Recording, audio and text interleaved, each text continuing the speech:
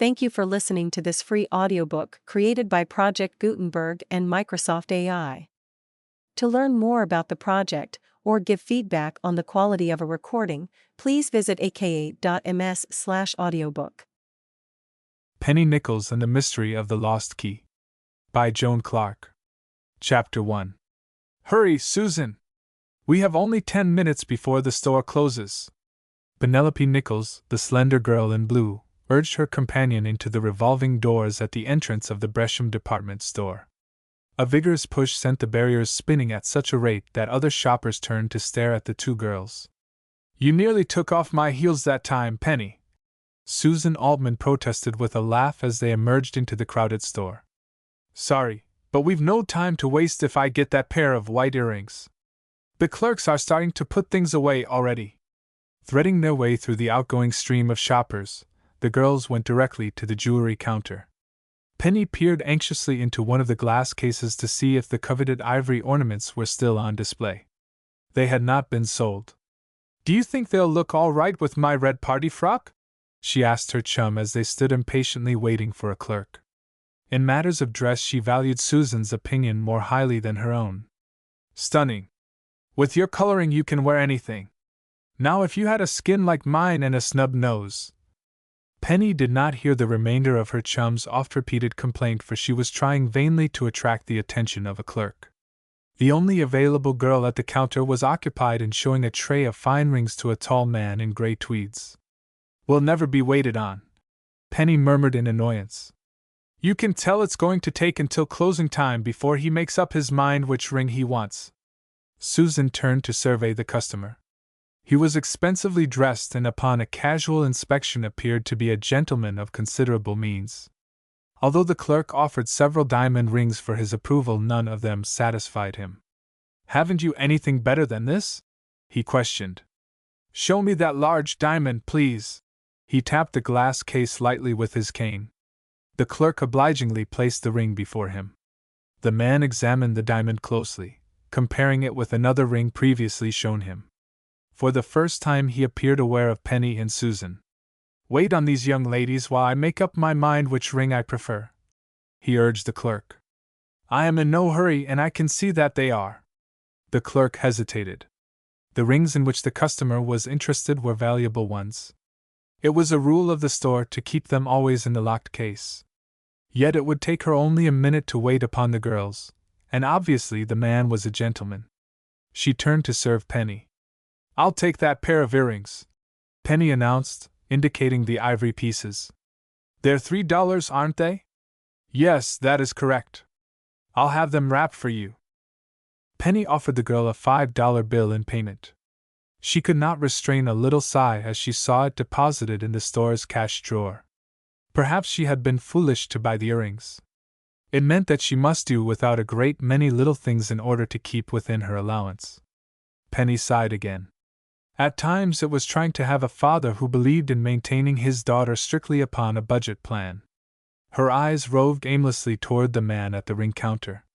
She saw him cast a quick glance about. Then he walked rapidly away, making for the nearest exit. Penny's keen blue eyes riveted upon the ring tray. The large diamond was missing. She had not seen the customer actually take it. His movements had been too deft for that. Yet she knew for a certainty that while the clerk's back had been turned he had secreted it somewhere upon his person. Penny did not hesitate. She darted after him. "Stop!" she cried. And then to the surprised shoppers who turned at the sound of her voice. "Don't let that thief get away!" The man wheeled sharply, his face convulsed in anger. With his cane he struck viciously at a stout woman who clutched him by the coat. A store detective blocked the main exit. Recognizing that he could not hope to escape that way, the thief turned and bolted up a moving escalator which was carrying a capacity load of passengers to the second floor. Penny, the detective, and a few of the more energetic customers took up the pursuit. In a desperate attempt to escape, the thief elbowed women roughly aside as he darted up the stairway. Upon the uncertain footing of the moving treads, several stumbled and fell. In an instant hysterical women were screaming and clutching at one another for support. A slender girl in a shabby business suit was rudely jostled. Penny, halfway up the moving stairway, tried to save her from a hard fall. She was not quick enough. Down the girl went, and as she fell, the contents of her pocketbook spilled out upon the moving stairway. The thief took advantage of the resulting confusion to melt into the throng of shoppers at the top of the escalator. While store detectives carried on the pursuit, Penny tried to help the terrified women to alight from the stairway. "Are you hurt?" she asked the girl who had fallen, trying to assist her to her feet. "Never mind me. Save my pocketbook," the other cried, frantically beginning to gather up the scattered objects. The other passengers upon the stairway were more of a hindrance than a help. Yet by working fast, Penny managed to accumulate nearly all of the lost articles before the brief ride approached its end. "My letter!" At the other girl's shrill cry, Penny saw a white envelope riding serenely on the uppermost step. With a bound she covered the distance which separated her from it, pouncing upon the letter an instant before the moving belt disappeared into the flooring. Clutching it triumphantly in her hand, she turned to assist the girl who had lost it. "Why, you're limping," she observed. "Here, lean on me." "It's nothing," the girl maintained staunchly. "I twisted my ankle when I fell." Penny helped her to a nearby chair. Despite the girl's brave words, her lips quivered when she spoke and her attractive face had taken on an ashen hue. Yet, strangely, her interest centered not in her injury but in the letter which she had nearly lost. "Thank you for saving it," she told Penny gratefully. "I don't know what I should have done if I'd lost that letter. It means everything to me." Penny stared at the envelope a trifle curiously, but she was too well bred to ask personal questions. Before she could make any response, store officials hurried up to take charge of the situation. The girl's name was Rosanna Winters, Penny learned by listening. She lived at a rooming house on 65th Street, not a great distance from Penny's own home. Rosanna firmly turned down the suggestion of store officials that she be sent to a nearby hospital for first aid treatment. "It isn't necessary. I merely twisted my ankle. I'll soon be able to walk on it. Let me take you home," Penny offered. "My roadster is parked just outside the store. We live close to each other." The girl hesitated, then smiled as she said, "That's very kind of you, I'm sure. You don't really mind?" "Of course not. Here, let me help you downstairs." "Not by way of the escalator," Rosanna said hastily. "Hereafter I'll ride on the elevator. It's safer." Although the store's gong had announced the closing hour some minutes previously, shoppers were slow to leave the building. As the girls returned to the street floor, they were embarrassed to find themselves the target for many curious stares. Penny readily was recognized as the girl who had observed the theft of the ring. "What became of that man who knocked me down?" Rosanna questioned. "I suppose he escaped." "I'm afraid so," Penny admitted, looking about for Susan. "The last I saw of him, he was running toward the kitchenware department with the store detective after him." Sighting Susan near the outside door, Penny steered her new friend in that direction. Quickly she introduced the girls, mentioning Rosanna's unfortunate accident. "I saw it all," Susan declared. "Penny, you certainly did stir up things when you set the store detective on that thief. And the worst of it was that he escaped," Penny acknowledged. "Of course, he may be caught here in the building, but I doubt it." In the excitement, she had completely forgotten her package at the jewelry counter. The girls would have left the store without it had not the clerk come running after them with the purchase. "Thank you so much for calling out the alarm," she told Penny gratefully. "If the thief isn't caught, I may lose my job." "Oh, I hope not." "So do I, but I shouldn't have broken a store rule. I was completely taken in by the man's appearance." "I don't wonder at that," Penny said. "He certainly looked anything but a crook." "Was the ring a valuable one?" "It was priced to sell at $800. I don't see how I could have been so stupid." Penny felt sorry for the salesgirl, particularly so when the floorwalker came up and began to question her sharply. "It really wasn't the clerk's fault," Penny insisted. "I feel certain that man was a professional jewel thief." "Did you notice his appearance?" the floorwalker asked. "Yes, he was dressed in a gray tweed suit. I'd say he was approximately 6 feet in height, dark hair and eyes. His face was long and angular. The store official noted down the description and took Penny's address in case she might be needed later on to identify the crook if he were captured. "We're watching all the lower floor exits," the floorwalker informed. "But the chances are the man got away by means of one of the fire escapes." The store rapidly was clearing of shoppers. Penny and her companions lingered a few minutes longer, and then they too were politely requested to leave. "I'd like to know if the store detective caught that man," Penny declared as they paused for an instant on the street. "I suppose now we'll have to find out by reading our newspapers." Rosanna Winters turned as if to leave the girls. "Thank you again for saving my pocketbook," she said to Penny. "My ankle is much better now, so I'll just take a streetcar home." Penny caught her by the elbow. "You'll do no such thing. Why, I can see that it hurts you every step you take. It isn't more than a block or two out of my way to drive you home." Despite Rosanna's protests, she urged the girl into the roadster which was parked at the curbing. Penny was very proud of her car. Although it was not a new model, it ran very well, and she spent most of her spare time keeping it washed and polished. Since the Altman residence was close by, Penny dropped her chum off before taking Rosanna home. During the ride to 65th Street, the Winters girls spoke scarcely a word. Several times Penny cast a curious glance in her direction. Rosanna was the quiet type, she decided. A striking brunette with a thoughtful, almost sad face. "I live at the next house," the girl said as they turned a corner. "The one on the right." It was a modest but not unattractive boarding house. The porch was clean and the yard more orderly than the majority in the neighborhood. "I'm only staying here a few days until I can find another place," Rosanna mentioned, feeling that some explanation was due her companion. "You are a stranger in Belton City?" Penny guessed. "Yes, I came here looking for work. But now that won't be necessary." Rosanna hesitated, and then, because Penny had seemed so very friendly, decided to offer additional information. "I am an orphan, Miss Nichols. Until this week I had begun to think that fortune had turned against me. And now you've had a piece of good luck?" "Yes." Rosanna's face glowed as she opened her purse and took out the letter which Penny had picked up from the escalator. "If you hadn't saved this for me, I should have lost everything. Then I'm glad I snatched it up in time." Penny smiled. She could not imagine the contents of the mysterious letter. It was all she could do to keep from asking questions. "I'd like to have you read it if you care to," Rosanna said a trifle timidly. "I'm anxious to learn the opinion of another person." "Why, I'll be glad to look at it if you wish," Penny returned, a little surprised at the request. "And as far as advice is concerned, I love to offer it."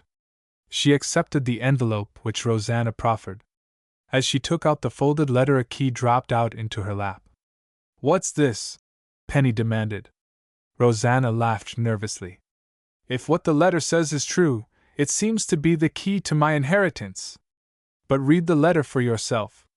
Chapter 2: A Mysterious Key. Chapter 2. Unfolding the paper, Penny noticed that the message had been written under the letterhead. J.C. Elfhedge, attorney, Brookport. The communication stated briefly that Rosanna Winters was the sole heiress of the late Jacob Winters, her uncle, and that she had inherited his mountainside estate at Raven Ridge. A key to the property was enclosed. She was urged to inspect the estate at her earliest convenience. "Well, what do you think of it?"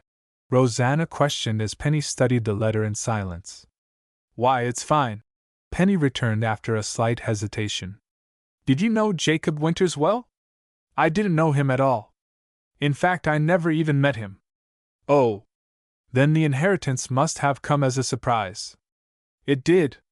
Even now I can't help thinking there must be some mistake."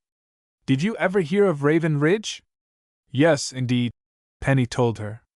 "It is a lovely spot near Snow Mountain. I must go there as soon as I can," Rosanna said. "Will the car fare be very much, do you think?" "Probably not more than $10. "That's a large sum for me." Rosanna smiled ruefully.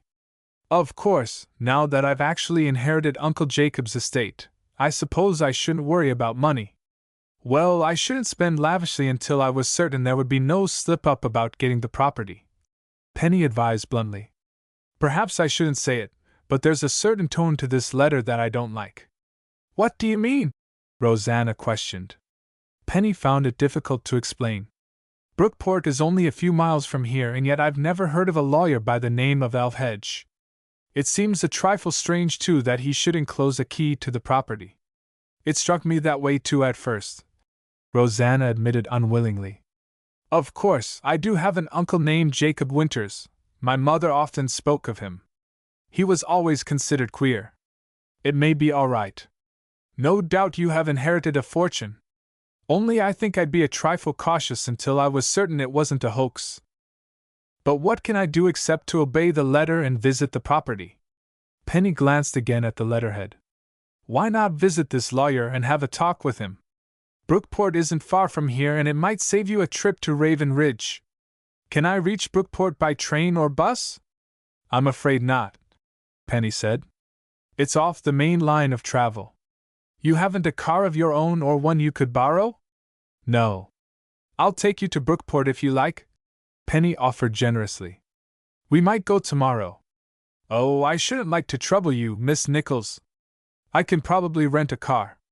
There's no need of it, for I would enjoy the ride. Besides, I am curious to learn if there is an attorney by the name of Elfhedge living in Brookport.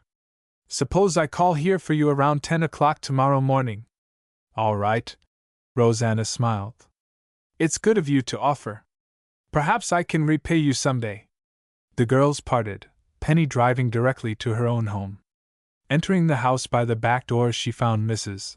Gallup, the housekeeper, cooking dinner. The kitchen was permeated with the delightful aroma of frying chicken. "Is Dad home yet?" Penny inquired, pausing to sniff the air. "He's in the study," the housekeeper informed. Penny found Christopher Nichols occupied at his desk.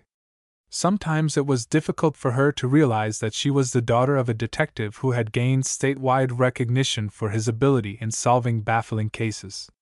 Mr. Nichols had served an apprenticeship on the police force, had risen from the ranks, and later had started his own private detective agency. Yet, despite his success, he was quiet and unaffected. Mr. Nichols had no real hobbies and only two absorbing interests in life: his work and his daughter. Penny had been left motherless at an early age. Because there had been only a slight feminine influence in her life, her outlook upon the world was somewhat different from that of the average high school girl. She thought clearly and frankly spoke her mind. Yet if she enjoyed an unusual amount of freedom for one so young, she never abused the trust which her father placed in her. Penny loved adventure. Recently, somewhat to her father's chagrin, she had involved herself with a daring gang of automobile thieves. The story of her exciting encounter with underworld characters has been recounted in the first volume of the series, entitled Penny Nichols Finds a Clue. "Now what?" Mr. Nichols demanded gruffly as his daughter perched herself on the corner of his desk. "Has that car of yours broken down again?" Penny laughed as she shook her head. "No, believe it or not, I still have a few dollars of my allowance left. I'm after information this time." "What sort of information?" "Preferably accurate." Penny smiled. "Tell me, did you ever hear of a lawyer by the name of Elfhedge with an office at Brookport?" "No, I never did," Mr. Nichols returned instantly. "There is an attorney in the Stover building by the name of Hedgel. Perhaps you're mixed up." "I have the name right," Penny insisted. She then related the contents of Rosanna Winter's letter. "It sounds like someone's idea of a practical joke," Mr. Nichols declared. "I'd advise the girl not to spend any money until she's done a little investigating. That's what I did tell her. I'll look this man Elfhedge up in a day or two if you like," Mr. Nichols promised. "It sounds like a fictitious name to me, but of course the letter may be bona fide." Mrs. Gallup interrupted the discussion to announce that dinner was ready. Immediately after the meal had been served, Mr. Nichols left for his office, and Penny saw him no more that evening. He left the house before she was up the next morning, so she had no opportunity to explain that she was driving Rosanna Winters to Brookport that day. At 10 o'clock she rang the doorbell of the rooming house on 65th Street. Rosanna already was waiting. "I thought you might have changed your mind about wishing to make the trip," she declared, following Penny to the car. No, I'm more curious than ever to talk with your lawyer. It will be wonderful, Rosanna, if the estate turns out to be a valuable one. Rosanna smiled a trifle ruefully. Yes, I will have plenty of use for the money. I can't believe yet that Uncle Jacob left everything to me. Penny refrained from saying anything which might disturb Rosanna. Actually, she had not the slightest reason for doubting that the girl had come into an inheritance, save that the letter from Mr. Elfhedge did not have a genuine tone. It occurred to her that a scheme might be under way to induce the orphan to part with her own savings. During the ride to Brookport, Rosanna mentioned a few of the hard experiences she had undergone in the past year. First her mother had died, then an aunt with whom she made her home, likewise had been taken from her. She found work of a sort in a grocery store, but long hours and trying conditions had worn her down. She had taken sick. Hospital bills claimed the greater part of the money which her mother had left her. She could not secure her old job back, nor could she find a new one. In desperation, she had decided to come to Belton City, hoping that she might secure a position there. You can imagine that I was pretty well discouraged when the letter arrived from Mr. Elfhedge, Rosanna ended. You don't know what a fright you gave me by suggesting that it might be a hoax. I'm sorry if I caused you worry. I had no reason for thinking that someone wrote the letter for a joke. Uncle Jacob was noted for doing queer things, Rosanna informed. I never met him, but Mother often mentioned his name. He was quite a traveler, I believe, and collecting was his hobby. What did he collect? Oh, things from the Orient and antiques from all over the world. Then if you've come into his property, you may have inherited some real treasures, Penny commented. It would be fun to visit that house at Raven Ridge. Yes, but I dread going there alone. Penny, I wish you could go with me. I wish I could too, but I guess I'll have to stay at Belton City this summer. It was only a little after 11 o'clock when the girls reached Brookport. The town was less than 100,000 population, and Penny had no trouble in finding the main business section. After cruising about for some minutes, they located the street where Mr. Elfhedge had his office. The number which they sought brought them to an imposing 7-story brick building. Penny parked the roadster, and they went inside, searching the directory for Mr. Elfhedge's name. It was not listed. That's odd, Rosanna remarked with a troubled frown. His office must be here somewhere in the building. Penny went over to make inquiry of the elevator boy. There's no one in this building by that name, he insisted. Thinking that the boy might be misinformed, Penny and Rosanna sought the building's superintendent. To satisfy them, the man looked carefully through his list of tenants. No one by the name of Elfhedge occupied an office in the building. There is an attorney in room 309, but his name is Rogers, the superintendent told the girls. You might talk with him. He may know this man Elfhedge. They went up to room 309 and after a brief wait were ushered into the lawyer's private office. Rosanna was too shy to state the purpose of her visit, so Penny explained why they had come. The lawyer had never heard of a colleague by the name of Elfhedge. He's never been in this building, and I doubt that he's even located in the city, they were told. You must have made a mistake in the address. The girls had made no mistake, that they knew. The address was plainly written on the outside of the envelope which Rosanna had in her purse. She showed it to the lawyer. Yes, that seems to be this building, he admitted. It looks as if someone used a fake address. They left the office completely discouraged. Penny felt sorry for her companion. Rosanna had counted so heavily upon the inheritance. Now it appeared that someone had played a cruel joke upon her. You were right, Rosanna acknowledged as they walked slowly back to the car. You were suspicious of that letter from the first. It struck me as peculiar that it was written in longhand instead of on a typewriter, Penny explained. I suppose it is nothing but a joke, Rosanna acknowledged. And yet why should a key be enclosed in the letter? It's beyond me, Rosanna. Even if the trip is wasted, you might feel better about it if you went to Raven Ridge and investigated. I'd go in an instant if I had the money to spare. I'll loan it to you. Rosanna shook her head. No, I can't take it, although it's kind of you to offer. I wish I could help you, Rosanna. You've helped me a great deal already. Perhaps a little later on I'll find some way of getting to Raven Ridge. Penny tried to urge the loan, but Rosanna, who was unusually proud, would not hear of it. The girls parted at the latter's boarding house on 65th Street. "I'll see you within a day or two," Penny promised as she drove away. "Perhaps by that time Father will learn something about Mr. Elfhedge." She did not really believe that Mr. Nichols could find anything to report. Doubtless, the name had been a fictitious one. Yet who had played the joke upon Rosanna and for what purpose? "There's more to the affair than what appears on the surface," she reflected. "If only I had the chance, I'd do a little investigating." Penny smiled at the thought, little dreaming that such an opportunity was to present itself very shortly. Chapter 3: An Arrogant Guest. Chapter 3. That evening at the dinner table, Penny told her father about the unsuccessful trip to Brookport. "It looks like someone played a practical joke on your friend," he commented. "But who could be so mean, Dad? Rosanna has had such a desperately hard time to get along.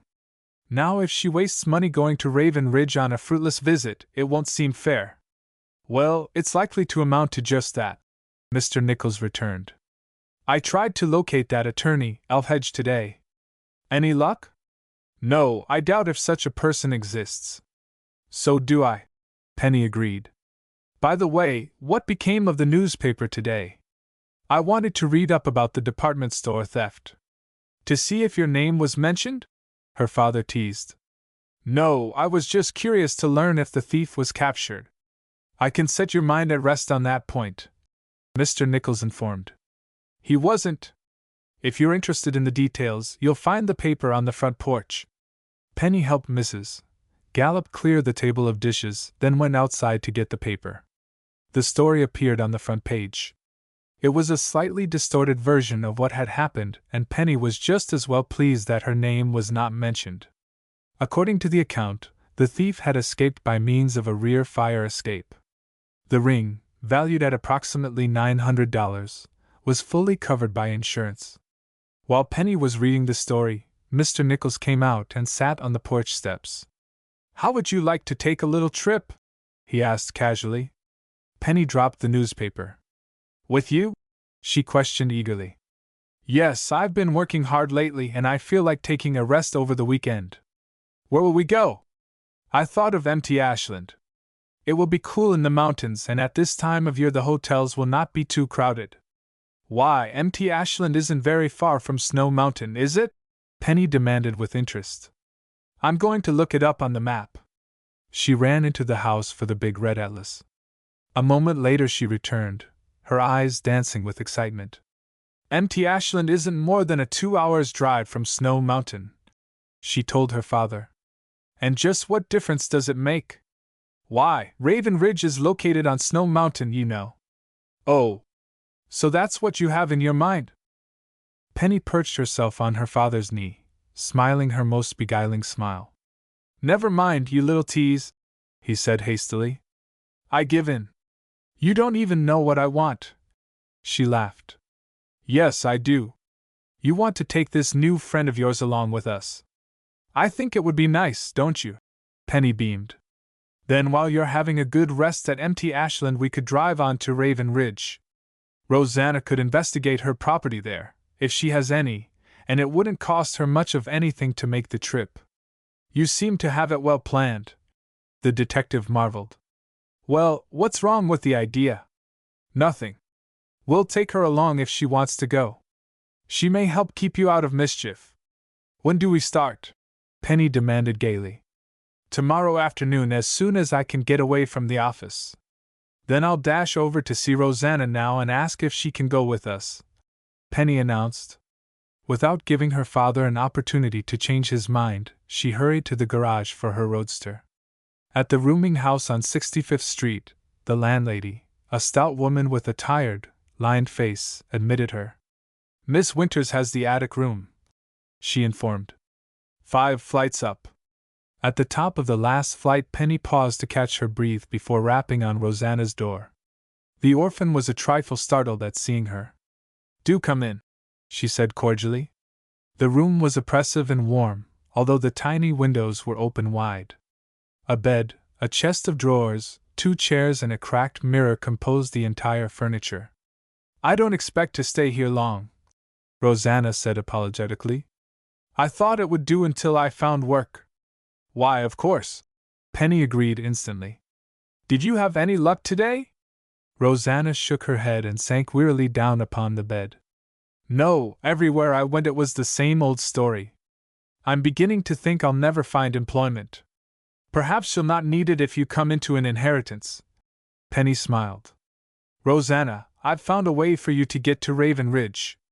The orphan's face brightened, but for a full minute after Penny had explained the plan, she sat silent. Don't you want to go? Penny asked, perplexed. Yes, of course I do. It isn't that. You've been so good and kind to me. I'll never be able to repay you for your trouble and expense. Nonsense! The trip will be more fun if you go along, Rosanna. Besides, I have an overwhelming curiosity to see Raven Ridge and your uncle's estate. Please say you'll go. All right, I will. Rosanna gave in. Good. Father and I will stop for you tomorrow. I must get back home now and start packing. Penny clattered down the creaking, narrow stairway and disappeared into the night. Although the trip was only a short one, and at the longest would occupy less than a week's time, Penny spent many hours planning her wardrobe. She packed an evening gown, several afternoon frocks, and sports clothes. Then, reflecting that Rosanna would not be so well fixed, she hung the garments back in the closet, substituting her plainest dresses. There, that will be much better, she decided. A wise traveler goes light anyway. At 3 o'clock the following afternoon, Penny and her father stopped at Rosanna's rooming house to pick up the orphan. She was waiting on the porch, and as Penny had thought, confined her luggage to one overnight bag. At first the road to empty Ashland wound through fertile valleys and low hills. Gradually they climbed. The curves became more frequent. Tall pines bordered the roadside. 6 o'clock found the party well into the mountains, although still some miles from their destination. Noticing a pleasant little inn at the top of a ridge, they stopped for dinner, which was served on the veranda overlooking a beautiful valley. I wonder if Raven Ridge will be as pretty as this? Rosanna mused. It's even more beautiful, Mr. Nichols told her. The scenery is very impressive. Before they arose from the table it was growing dusk, for they had lingered to watch the sunset. It's just as well that I wired ahead for hotel reservations, Mr. Nichols remarked as they hurried to the parked car. Getting in after dark, it wouldn't be so pleasant to find all the rooms taken. At exactly 9 o'clock the twinkling lights of the empty Ashland Hotel were sighted, and a few minutes later the automobile drew up in front of the large white rambling building. An attendant took the car and they all went inside. I doubt if you'll get rooms here tonight, sir, a bellboy told the detective as he carried the luggage to the main desk. There's been a big rush of guests this weekend. Mr. Nichols was not disturbed. At the desk he merely gave the clerk his name, claiming the 2 rooms which he had reserved by wire. We saved 2 very fine rooms for you, the clerk returned politely. Both overlook the valley. While Mr. Nichols signed the register, Penny and Rosanna sat down nearby. Their attention was drawn to the main entrance. A large touring car had pulled up to the door. A pompous-looking woman of middle age and a younger woman, evidently her daughter, had alighted. Both were elegantly if somewhat conspicuously dressed. Several suitcases, hat boxes and miscellaneous packages were unloaded. The older woman carried a fat lapdog in her arms. They seem to have brought everything but the bird cage, Penny said in an undertone. The 2 women walked up to the desk. I am Mrs. Everett Leeds, the one with the dog announced a trifle too loudly. I have a reservation. Just a minute, please, the clerk requested. It seemed to Penny that he looked disturbed as he thumbed through his cards. There is no occasion for delay, Mrs. Leeds declared blandly. My daughter and I always engage the same room, 305. Why, that was the number of one of the rooms assigned to my party, Mr. Nichols observed. There's been some mix-up, the clerk said in distress. He turned again to the 2 women. Your reservation isn't on file, Mrs. Leeds. When did you send the wire? I reserved the room by letter, the woman informed him coldly. It was never received here, I am sure. No doubt the letter was lost. You are certain it was sent? Of course I am, Mrs. Leeds declared icily. My daughter mailed it. Didn't you, Alicia, my dear? A queer expression passed over the girl's face. It struck Penny that she probably had forgotten to post the letter. However, Alicia staunchly maintained that she had. It's most provoking that you have misplaced the reservation, Mrs. Leeds said irritably to the clerk. But of course we can have the room? I am afraid that is impossible, Mrs. Leeds. The room you wanted was reserved for 2 young ladies. With a nod of his head, the clerk indicated Penny and Rosanna. Mrs. Leeds and her daughter turned to stare somewhat haughtily. What other room can you give us, then? The woman demanded angrily. The clerk cast Mr. Nichols a despairing glance. He knew he was in for trouble. Practically everything is taken, Mrs. Leeds. In fact, the only available room is on the top floor. And you expect us to take that? Mrs. Leeds cried, her voice rising until everyone in the lobby could hear. I never heard of such outrageous treatment. Call the manager. Penny had risen to her feet. She moved quickly forward. There's no need to do that, she said pleasantly. If Rosanna doesn't mind, I am perfectly willing to exchange rooms with Mrs. Leeds. Why, of course, Rosanna agreed. It doesn't matter to me where I sleep. Satisfied at having her own way, Mrs. Leeds quieted down. She even thanked the girls graciously for the sacrifice they had made. The clerk gave out the keys. Why did you do that? Mr. Nichols asked gruffly as he and the girls followed a bellboy to the elevator. Your room up by the roof will be hot as blazes. I know, but I didn't see any sense in making such a fuss over a room, Dad. Besides, it's only for one night. I'd insist that you girls take my room if it had a double bed. Penny shook her head. No, you came here for a rest. Rosanna and I really won't mind. The 3 entered the elevator, and a minute later Mrs. Leeds and her daughter likewise stepped into the lift. I hope you girls will not find it uncomfortable on the top floor, Mrs. Leeds remarked, trying to make pleasant conversation.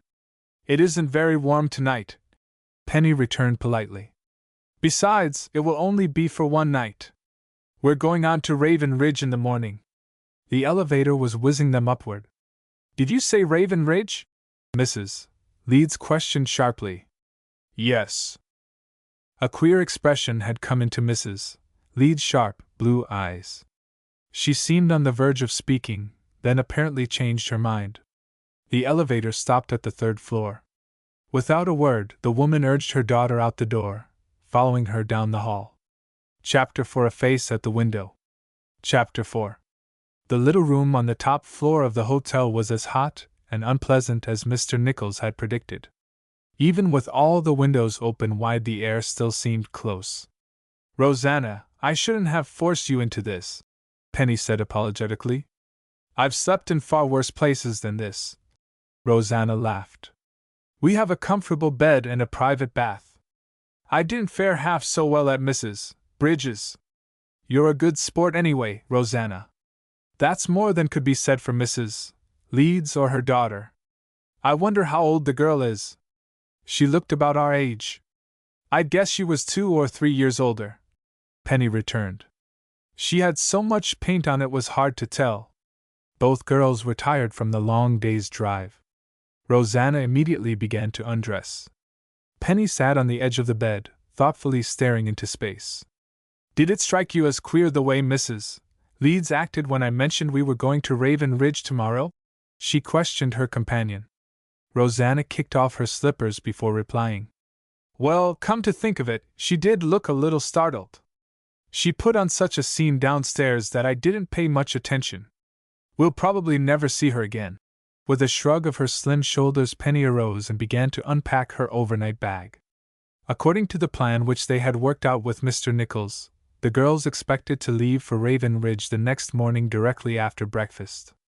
It was their intention to motor to the mountain resort, inspect the winter's property, and see if they could learn anything concerning Rosanna's uncle. They intended to return either the next night or the one following. Few guests were abroad when the detective joined the girls at breakfast. It was only a little after 7 o'clock. "Sleep well?" he inquired, looking over the menu. "Not very," Penny admitted truthfully. She might have added more had not Mrs. Leeds and her daughter entered the dining room at that moment. The two bowed slightly and selected a table in the opposite corner of the room. "Social climbers," Mr. Nichols said in an undertone. "I can tell their type a mile away." Breakfast finished, the girls prepared to leave for Raven Ridge. Their bags were already packed and downstairs. "Now drive cautiously over the mountain roads," the detective warned as he accompanied the girls to the waiting car. "If you can't get back by evening, send me a wire." As Penny took her place at the steering wheel, she observed that Mrs. Leeds' automobile had been brought to the hotel entrance by an attendant. Apparently, she too was making an early morning departure. "You're not listening to a word I am saying," Mr. Nichols said severely. "Yes, I am." Penny's attention came back to the conversation. "I'll drive carefully and deliver your precious car back to you without a scratch." "I wasn't exactly worried about the car." "Well, there's no need to be uneasy about Rosanna or me. We'll have no trouble." With a laugh of careless confidence, Penny started the car and drove slowly away. It was not the first time she had driven over mountainous roads. She handled the wheel exceptionally well and used due caution on all of the sharp curves. The brakes were good, but she dared not apply them too steadily on the steep inclines. "We'll have to rush if we get back to empty Ashland this evening," Penny announced, slowing down to read a signpost. "I declare, a mountain mile seems to be 3 times the length of an ordinary mile." They had gone only a short distance farther when a tire went down. Penny knew it instantly by the feel of the steering wheel. She pulled off at the side of the road. "Now we are in it," she said in deep disgust. "At least 10 miles from a garage. I can change wheels on my own car, but I doubt if I can on Dad's automobile." The girls waited for a few minutes, hoping that someone would come along to help. When no one did, Penny dragged out the tools, and after considerable trouble succeeded in jacking up the rear axle. "I see a car coming," Rosanna reported hopefully. "Let's flag it," Penny suggested. "I could do with a little masculine help." In response to her signal of distress, the approaching automobile slowed down. The driver was a man and there were no passengers. "He's stopping," Penny said in relief. There was a screech of brakes as the automobile came almost to a standstill. Then surprisingly, it speeded up again. But not before Penny had caught a fleeting glimpse of the driver's face. "Well, of all things!" Rosanna exclaimed indignantly. "I call that a mean trick." "I believe he was afraid to stop," Penny announced excitedly. "I think I recognized him. It was the same man who stole the ring from Bresham's department store." "Are you sure?" Rosanna demanded incredulously. "I couldn't be absolutely certain, of course. He was traveling too fast for me to catch more than a passing glimpse of his face. But if he didn't recognize us, why did he slow down and then speed up? He did act suspiciously. But what can we do about it?" "Nothing, I'm afraid. We may as well devote our energies to this wheel." Rosanna was more than eager to help, but she had never even seen a tire changed and had no idea how to go about it. After a little annoying experimentation, Penny got the wheel in place and tightened the lugs. "There, it's done," she said in relief. "But my dress is a mess. I'm afraid we'll have to stop at the first garage and have the old wheel fixed, for I don't carry another spare." A signpost at the next bend in the road advised them that Simpson's garage was located only 6 miles away. They made it in a few minutes. There was no town, only a post office, one general store, and the garage, which obviously was a remodeled blacksmith shop. "I'm glad it's nothing more than a tire which needs repairing," Penny commented as the garageman came to learn what they wanted. He promised that the tire would be ready in half an hour. Glancing at her wristwatch, Penny saw that it was already past lunchtime. She inquired if there was a cafe nearby. "Not in Hamilton, there ain't," the garageman told her. "Ma Stevens, across the street in the big white house, serves meals to tourists now and then." Rather than spend an unpleasant half hour in the garage, the girls walked over to the rambling white house. They were reassured to see that the yard was well kept and that everything appeared orderly and clean. "Let's take a chance on the food," Penny decided. "I'm hungry enough to eat a fried board." Mrs. Stevens, a motherly-looking woman in a blue check gingham dress, opened the door. She looked slightly troubled at their request for food. "It's later than I usually serve," she explained. Then, noticing their disappointed faces, she added hastily, "But if you're not too particular, I can find you something." The something consisted of a generous platter of mountain trout, fresh from the stream and fried to a golden brown, French fried potatoes, a salad, and cherry pie. "Dear me, after such a meal, we may not be able to get to Raven Ridge," Penny remarked, finishing her second piece of pie. "I never ate so much in my life." "Did you say you were going to Raven Ridge?" Mrs. Stevens inquired. "Yes, we're waiting now to have a tire patched." "You're the second party through here today that's heading for Raven Ridge," Mrs. Stevens informed. "A man stopped for lunch about an hour ago. Only he thought it wasn't cooked well enough for him." "He must have been particular," Penny commented. "What did he look like?" "He was tall and dark and he had a sharp way of watching one." "I wonder if it could have been that man who passed us on the road?" Penny mused. "Was he driving a gray coupe?"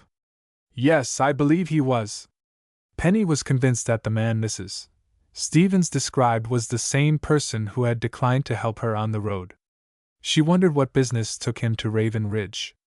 Could she have been mistaken in believing him to be the thief who had stolen the diamond ring? Paying for the luncheon, the girls went back to the garage. The tire was ready for them. Soon they were on their way again. They had driven for perhaps an hour when Penny observed that the road seemed to be leading them out of the mountains. She began to wonder if they had taken a wrong turn. She stopped at the next filling station to inquire.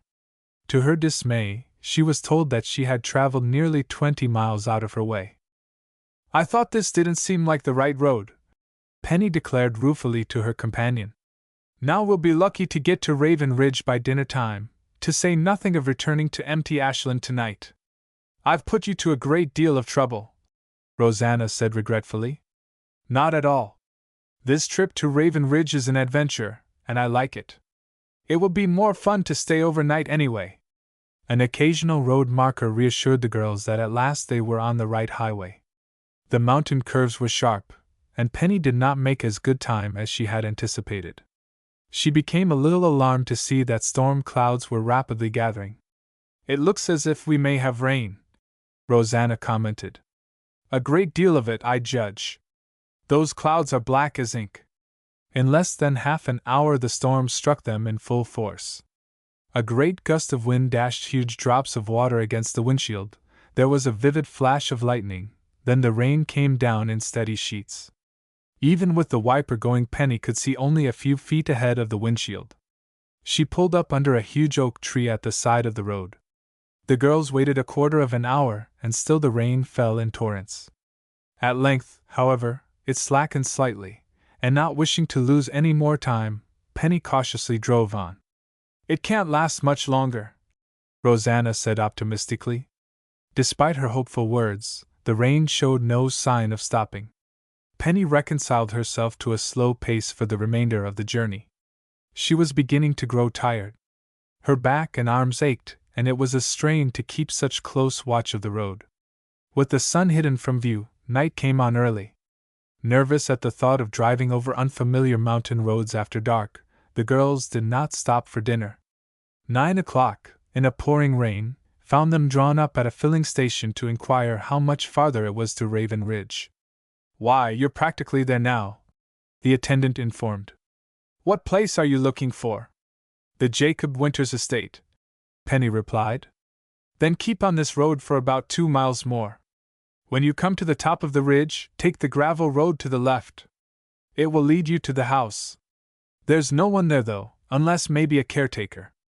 "Oh," Penny murmured. "Then perhaps you can direct us to a place where we can spend the night." "The nearest is at the town of Andover, 5 miles beyond the Winters place." The girls thanked the man for his assistance, and once more followed the winding road up the mountainside. Shall we go on to Andover or stop at the Winters' house? Penny asked her companion. I don't know what to do, Rosanna faltered. We're both so tired. The place surely must have a caretaker, Rosanna. Let's take a chance and stop. At the top of the ridge they watched for the gravel road and were elated to find it. The entrance was barred by a white gate. Rosanna stepped out in the rain to open it. This may have been a foolish thing to do, Penny admitted as they drove between tall rows of whispering pines. We could have gone on to Andover, only I dreaded driving down the mountainside with slippery roads. Rosanna huddled closer to her friend. The road was dark and the rustling of the wind in the pine needles made her uneasy. Soon they came within view of the house. It was built of native stone, half hidden by the luxuriant growth of shrubbery and trees which surrounded it. No lights gleamed in the windows. There's no one here, Rosanna declared. Let's knock anyway. The caretaker may be at the rear somewhere. They parked the car as close to the front door as possible and made a dash for the porch. Penny knocked several times on the massive door, but there was no response. We might try your key, Rosanna, she proposed. If it fits, I'll begin to think there's something to that mysterious letter you received. Rosanna groped in her pocketbook for the key. Impatient for action, Penny turned the handle of the door. To her astonishment, the latch clicked. Why, the door is already unlocked, Rosanna! But of course we won't dare go in. Why not? Well, it doesn't seem right. The people may not be at home. Someone must be around or the door wouldn't be unlocked. Besides, you have a key, Rosanna. And according to the letter, this is your inheritance. Penny swung wide the door. She peered inside but could see nothing. Her hand groped for the electric switch. She found the button by the door and pressed it. Instantly everything was flooded with light. The girls found themselves in a long, narrow living room. The ceiling was beamed, the furniture was rustic, and a great fireplace occupied one end of the wall. Penny crossed over to the hearth. There was no fire, but logs were in readiness to make one. I don't feel right about coming in here, Rosanna said nervously. Nonsense, if it's your property you're not trespassing, Penny insisted. Besides, it looks to me as if you were expected, for everything seems in readiness for guests. I'm going to build a fire and see if I can't thaw out my chilled bones. Reluctantly, Rosanna went to help her. Soon they had a roaring fire in the hearth. As they grew more comfortable, they took more interest in their surroundings. The room was plainly but expensively furnished. Curious objects from many lands occupied the tables and bric-a-brac shelves.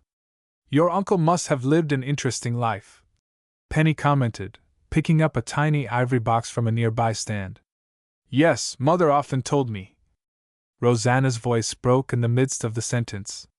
Turning, Penny saw that her friend's eyes were fastened upon the window. All color had drained from Rosanna's face. Her eyes were dilated with fear. What is it? Penny demanded. Rosanna clutched her hand. I saw someone just then, she whispered. A man's face at the window. Chapter 5 The Lost Key. Chapter 5. Penny turned quickly toward the window. She saw nothing save the rain trickling down the panes. You must have imagined it, Rosanna. No, I didn't. I know I saw a face. Rosanna huddled close to Penny. She was afraid.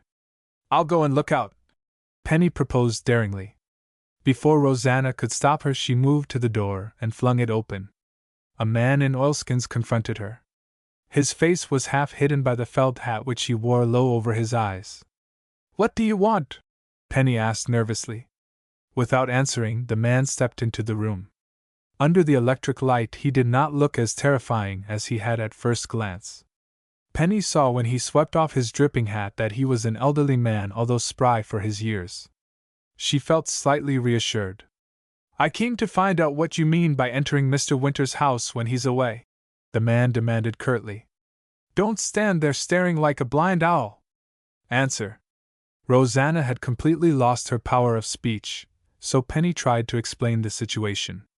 She told how they had been caught by the storm and mentioned Rosanna's key and letter which gave her right to investigate the property. So you're old Jacob Winter's niece? The man questioned gruffly, peering intently at Rosanna. At least that's what you say. Of course he's my uncle, although I never saw him, Rosanna defended. I can prove it by my letter. Probably wrote it yourself, the man snapped. But let's see it anyway. Just a minute, Penny interposed, feeling that it was time the newcomer answered a few questions of his own. Are you the caretaker of this house? Yes and no. I'm a neighbor of Mr. Winters and he asked me to keep an eye on his house while he was away. I saw the light in the windows and came to see what was wrong. My uncle is dead, Rosanna said quietly. I have inherited the estate. Jacob Winters dead, the man exploded. Why, I had a card from him last week. Mailed from some place down in Africa. Let me see that letter you claim to have. Rosanna opened her pocketbook and searched for it. A troubled look came over her face. She was certain she had placed both the letter and the key in the inside compartment. Now she could find neither. So you haven't got it? The man said suspiciously. I must have it somewhere. I can't imagine how I misplaced it. You remember the letter, don't you, Penny? Of course. You had it in your pocketbook the last time I saw it. We're telling you the absolute truth, Mr. Caleb Eckert, he supplied. If you didn't have the key, how did you get into the house? Why, the door was open, that is, it was unlocked, Penny explained. Caleb Eckert peered at her sharply as if trying to make up his mind if she were speaking the truth. Rosanna, who by this time had emptied her purse out upon the table, was growing more upset every minute. Oh, let's leave this house, Penny, she burst out. I've lost the letter and the key, and so we've no right to be here at all. I didn't mean to trespass. I wish we'd never have come at all. That letter has caused me so much grief. Rosanna looked as if she might cry at any moment. Caleb Eckert softened. Now, I wouldn't want you to go out into this storm. As far as I'm concerned, you may stay here for the night. We don't care to intrude, Rosanna said stiffly. It isn't safe to go down the mountain in this rain, the man declared, adopting a more friendly tone. Now don't be offended by the way I acted. My bark is worse than my bite.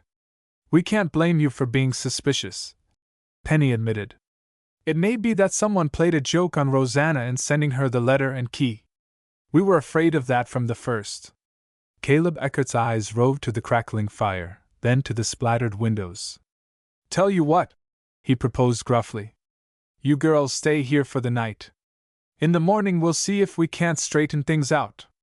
But if Mr. Winters is alive, we have no right to use this house, Rosanna protested weakly. You're his niece, aren't you? Caleb demanded. Jacob Winters wouldn't turn anyone out in a storm, much less one of his own kinfolks. Have you had supper? The girls admitted that they had not had any food since lunchtime. Caleb led them to the kitchen, showing them where canned goods were stored. If you're handy with a can opener, there's no need to starve, he declared. The girls thanked him for his trouble. Rosanna timidly ventured a few questions concerning her uncle. Did you never see him? Caleb asked. No, once I wrote him a letter, but he never answered. I've heard Uncle Jacob was very eccentric. Some might call him that. He liked to live alone and mind his own business, which is more than most folks do. He traveled a lot too. I guess he must have visited every country in the world, he added slyly. If Jacob is dead, you'll come into possession of some valuable things. I hope that nothing has happened to him, Rosanna said sincerely. I don't really care for riches. All I want is a home. Jacob Winters never liked girls. I know, Rosanna sighed. I guess that's why he never answered my letter. You counted a lot on the inheritance, didn't you? Caleb questioned shrewdly. Rosanna flushed but did not deny the accusation. I thought that it might make my future more secure, she acknowledged. Since Mother died, I've battered around from one rooming house to another. But even if I don't come into the inheritance, I'll be glad that my uncle is still alive. I don't know that he is, Caleb Eckert said hastily. He was alive when he sent that postcard from Africa. Since then we've had no word from him here at Raven Ridge. While the girls prepared food for themselves, Caleb sat by the kitchen stove watching. He showed them how to start a fire in the range but would not partake of supper when it was cooked. Had mine 4 hours ago. I'll show you where you can sleep and be getting on home. Do you live near here? Penny asked curiously. Not far. If the rain would let up, you could see my cabin through the dining room window. It's perched on the edge of the cliff, overlooking Lake Chippewa. Rosanna remarked that the scenery around Raven Ridge must be beautiful. 'Tis, Caleb agreed enthusiastically. You'll have to walk down to the lake in the morning. There are some mighty pretty trails to follow, too. If we have time before we go, we'll surely explore, Penny promised. Caleb conducted them upstairs, opening the door of one of the bedrooms. It was stuffy and dusty but otherwise ready for occupancy. Penny turned back the coverlet of the bed and found that it was equipped with clean sheets and blankets. The furniture was massive and all hand-carved. I guess you can make out here for one night, Caleb said. We'll be very comfortable, Penny assured him. Returning to the lower floor, Caleb lighted his lantern and prepared to leave. With his hand on the door knob, he turned to face the girls again. Oh, yes, there was something I forgot to mention. If you hear queer noises in the night, don't be upset. Queer noises? Penny echoed. Caleb nodded soberly. Folks around here claim the house is haunted, but I never took stock in such stories myself. I just thought I'd warn you. And before the girls could recover from their astonishment, he firmly closed the door, disappearing into the rain. Chapter 6 Midnight Visitors. Chapter 6. I wish, Rosanna commented emphatically, that I had never brought you to this queer old house. Penny laughed as she went over to the fireplace and dropped on another stick of wood. She stood watching the sparks fly up the chimney. I think Caleb Eckert was only trying to be funny when he warned us of ghosts, she declared. At any rate, I'm too tired and sleepy to care much whether the place is haunted or not. It's a good night to sleep, Rosanna admitted, going to the window. I believe the storm is getting worse. Rain pounded steadily upon the roof, and the wind was rising. It whistled weirdly around the corners of the house. The tall maple trees which shaded the front porch bent and twisted and snapped. For a time the girls sat before the fire. Presently Penny suggested that they retire. I don't believe I can sleep a wink tonight, Rosanna protested. Even though Caleb Eckert said it was all right for us to stay here, I don't feel entirely easy about it. I don't see why not, Penny protested as they mounted the creaking stairs to their bedroom. According to the letter, you've inherited the house. And you have a key? I had a key, you mean? I can't understand how or where I lost it. In thinking back over the activities of the day, Rosanna could not recall taking either the key or the letter from her purse. However, several times for one purpose or another she had opened her pocketbook, and it was quite likely that the articles had fallen out unobserved. She thought possibly she might find them on the floor of Penny's car. She intended to search in the morning. The upstairs room was damp and chilly. The girls hurriedly prepared to retire. Penny put up the window, snapped out the light, and made a great running leap which landed her in bed. Listen to the wind howl, she murmured, snuggling drowsily into her pillow. Just the night for ghosts to be abroad. Don't! Rosanna shivered, gripping her friend's hand. I can almost imagine that someone is coming up the stairway now. I'm afraid of this lonely old house. I won't let any mean old ghost get you. Penny chuckled teasingly. I love stormy nights. Rosanna lay awake long after her companion had fallen asleep. She listened restlessly to the crash of the tree branches against the roof, the creaking of old timbers and boards. But the steady beat of rain on the window panes had a soothing effect upon tense nerves. Presently she dozed. Suddenly she found herself wide awake. She sat upright in bed, straining to hear. She was convinced that some unusual sound had aroused her. Then she heard it again. A peculiar pounding noise downstairs. She clutched Penny by the arm. What is it? The latter muttered drowsily. Wake up! I think someone is trying to break into the house. As the words penetrated Penny's consciousness, she became instantly alert. She too sat up, listening. Someone was pounding on the front door. What shall we do? Rosanna whispered in terror. Penny sprang from bed and snapped on the light. I'm going to dress and go down. It may be Caleb Eckert. Or a ghost, Rosanna chattered. If you're going down, so am I. With the appearance of a light in the bedroom, the clanging on the door increased in violence. Penny, who was dressing as rapidly as she could, began to grow irritated. Are they trying to break down the door? She grumbled. I should think whoever it is would know we're hurrying. Without delaying to lace up her shoes, she ran down the stairs, Rosanna close at her elbow. Before snapping on the living room lights, the girls peered out the window. Slightly reassured by the appearance of the midnight visitors, they cautiously unbolted the front door. Mrs. Everett Leeds and her daughter Alicia swept into the room. Both were bedraggled and obviously out of sorts. Mrs. Leeds shook the rain from her cape, flung her wet hat into the nearest chair, and then coldly surveyed the two girls. What are you doing here, may I ask? She inquired. We were sleeping. Penny smiled. I mean, what are you doing in this house? It seems to belong to Rosanna, Penny said evenly. She inherited it from her uncle, Jacob Winters. Mrs. Leeds' expression was difficult to interpret. For an instant she looked stunned. But she quickly recovered her poise. Nonsense, she said shortly. This house belongs to me. Jacob Winters was my cousin. He died recently, leaving me everything. I have a letter and key to prove it.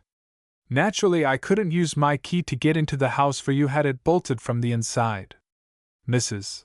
Leeds looked accusingly at the girls as she offered the letter to Penny. A casual glance assured the girls that it was identical with the one Rosanna had received and lost. It's too late to go into this tonight, Penny protested. Let's discuss it in the morning.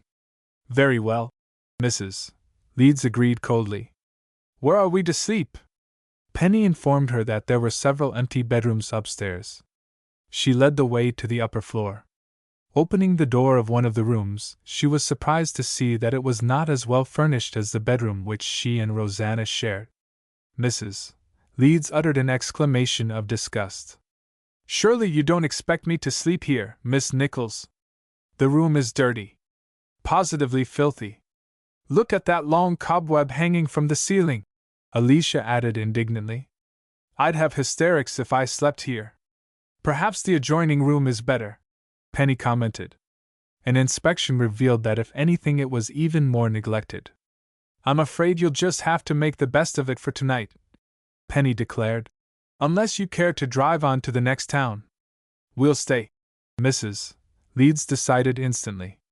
I'd prefer to sit up all night, rather than brave those horrible mountain roads again. We slipped into a ditch coming here, Alicia informed. That's what made us so late. We've had a terrible time. In a closet at the end of the hall, Penny and Rosanna found blankets and linen. As they made up the beds, neither Mrs. Leeds nor her daughter offered to assist. It was after 1 o'clock when the girls went back to their own room. Mrs. Leeds means to make trouble about the inheritance, Penny remarked in an undertone as they snapped out the light once more. I wonder if by any chance she could have picked up your letter and key? Oh, I doubt it, Rosanna returned. I remember when we were at MT Ashland she dropped the hint that she was going to Raven Ridge. At least, she acted strangely when we mentioned the place. Yes, she did. I had forgotten for the moment. Oh well, in the morning we'll learn exactly what she intends to do. Penny rolled over and soon was sleeping soundly. Toward morning she awoke to hear a clock somewhere in the house chiming 4. At first she thought nothing of it, then it occurred to her that no one had wound any of the timepieces the previous evening. While she was musing over such an odd happening, her keen ears detected the sound of soft footsteps in the long hall outside. It's probably Mrs. Leeds or her daughter, she reasoned. The sounds persisted. At length Penny quietly arose and tiptoed to the door. She looked out into the dark hall. No one was within sight. Mrs. Leeds' door was closed. Penny went back to bed, taking care not to awaken Rosanna. Scarcely had she pulled the blankets up than the soft pad of footsteps could be heard again. I hope it isn't that ghost Caleb warned us about, she thought uneasily. Oh, bother! I know there aren't any ghosts, Penny closed her eyes and tried to sleep but found it quite impossible. Even after the noise in the hall ceased, she caught herself listening for the footsteps. At 6:45 she dressed and stole downstairs to see what she could find for breakfast. At 8 o'clock, when Rosanna came into the kitchen, Penny had coffee, cereal, and crisp bacon ready. "The larder seems very well supplied," she informed cheerfully. "Someone left milk on our doorstep, too. I imagine it must have been Caleb. I'm hungry enough to eat anything," Rosanna declared. "Shall I call Mrs. Leeds and Alicia?" "Yes, do, although I don't know how they'll take to my cooking." Rosanna went upstairs to rap on Mrs. Leeds' door. She returned a minute later, reporting that neither of the guests would be down for breakfast. "They were quite put out at being disturbed so early," she told Penny ruefully. "We'll let them get their own breakfasts then. Come on, we'll have ours anyway." Penny had learned to cook very well under the tutelage of Mrs. Gallup. She had done remarkably well with the meager supplies at her disposal, and Rosanna declared that the breakfast was excellent. The girls had finished the dishes and were stacking them away when Alicia came down the stairs. "Mother and I will take our breakfast now," she informed. Rosanna started toward the kitchen, but Penny neatly blocked the way. "Sorry," she said cheerfully, "but we've just finished ours. You'll find supplies in the kitchen." Alicia started to reply, but without waiting to hear what she might have to say, Penny and Rosanna went out the back door. "While she cools off, we may as well look over the grounds," Penny laughed. "If Mrs. Leeds and Alicia expect to get along with me, they'll have to learn that this household is going to operate on a cafeteria basis." From the rear door, a sandstone path led down a steep incline to the brow of a high cliff. A river wound its way directly below, emptying into a crystal blue lake. Deep in the pine woods, some distance from the path, a cabin could be seen. The girls decided that it must belong to Caleb Eckert. While they were admiring the rugged scenery, someone came up behind them. They wheeled about to face Caleb himself. "Well, well, you both look bright and gay this morning," he greeted heartily. "Sleep well?" "Quite well," Rosanna told him shyly. "That is, we did until the visitors arrived." "Visitors?" Rosanna explained about Mrs. Leeds and her daughter, while Penny added omitted details. For some reason they both were beginning to feel that Caleb was their ally. "All this talk about letters and keys and inheritances certainly has me puzzled," he proclaimed, shaking his head. "It's hard to believe that Jacob Winters is dead. I think I'll walk back to the house with you and have a little talk with Mrs. Leeds." "Did you leave milk at our doorstep this morning?" Penny questioned as they returned together. Caleb admitted that he had placed it there. "You've been very kind," Rosanna said gratefully. "I want to thank you before we leave." "You're not aiming to leave today?" Caleb asked quickly. "Well, yes, I imagine we will. I don't feel right about staying here." Caleb lowered his voice. "Take my advice, Miss Winters, and don't leave while that other woman and her daughter are here. From what you've told me, I think they mean to grab the property." "But what can I do?" Rosanna asked helplessly. "I've lost my letter and the key. I haven't any proof that the property was left to me. Maybe this Leeds woman hasn't any proof that it was left to her either," Caleb said sagely. "Anyway, we'll find out what she has to say." At first, Mrs. Leeds, accosted in the living room of the old house, had little comment to make. She was out of sorts from lack of sleep the previous night, and the breakfast which she and Alicia had endeavored to cook had not been a success. Nor was she impressed with Caleb, who wore high boots, an old pair of dirty trousers, and a crumpled felt hat. "I don't see why I should discuss my business affairs with you," she said aloofly. "I have inherited this property from my cousin, and I mean to remain here in possession of it indefinitely if necessary." "May I see the letter which you say you received?" Caleb inquired. Mrs. Leeds hesitated, then reluctantly handed it over. Caleb studied it briefly and returned it. "You will require more than this as evidence of Mr. Winters' death," he said quietly. "For all I know, you may have forged this letter." "Preposterous!" Mrs. Leeds snapped. "I refuse to discuss the matter with you further. I shall send for my attorney and he will straighten out everything." Not without the will, he can't, Caleb returned grimly. And there's no telling what became of it. The will? Mrs. Leeds caught him up. Are you sure there was a will? Mr. Winters told me once that he had made one and hidden it somewhere in the house. Then of course it can be found. Mr. Winters wouldn't want anyone prying around in his private papers, Caleb insisted. Until I have definite word that he is dead, I can't let anyone hunt for it.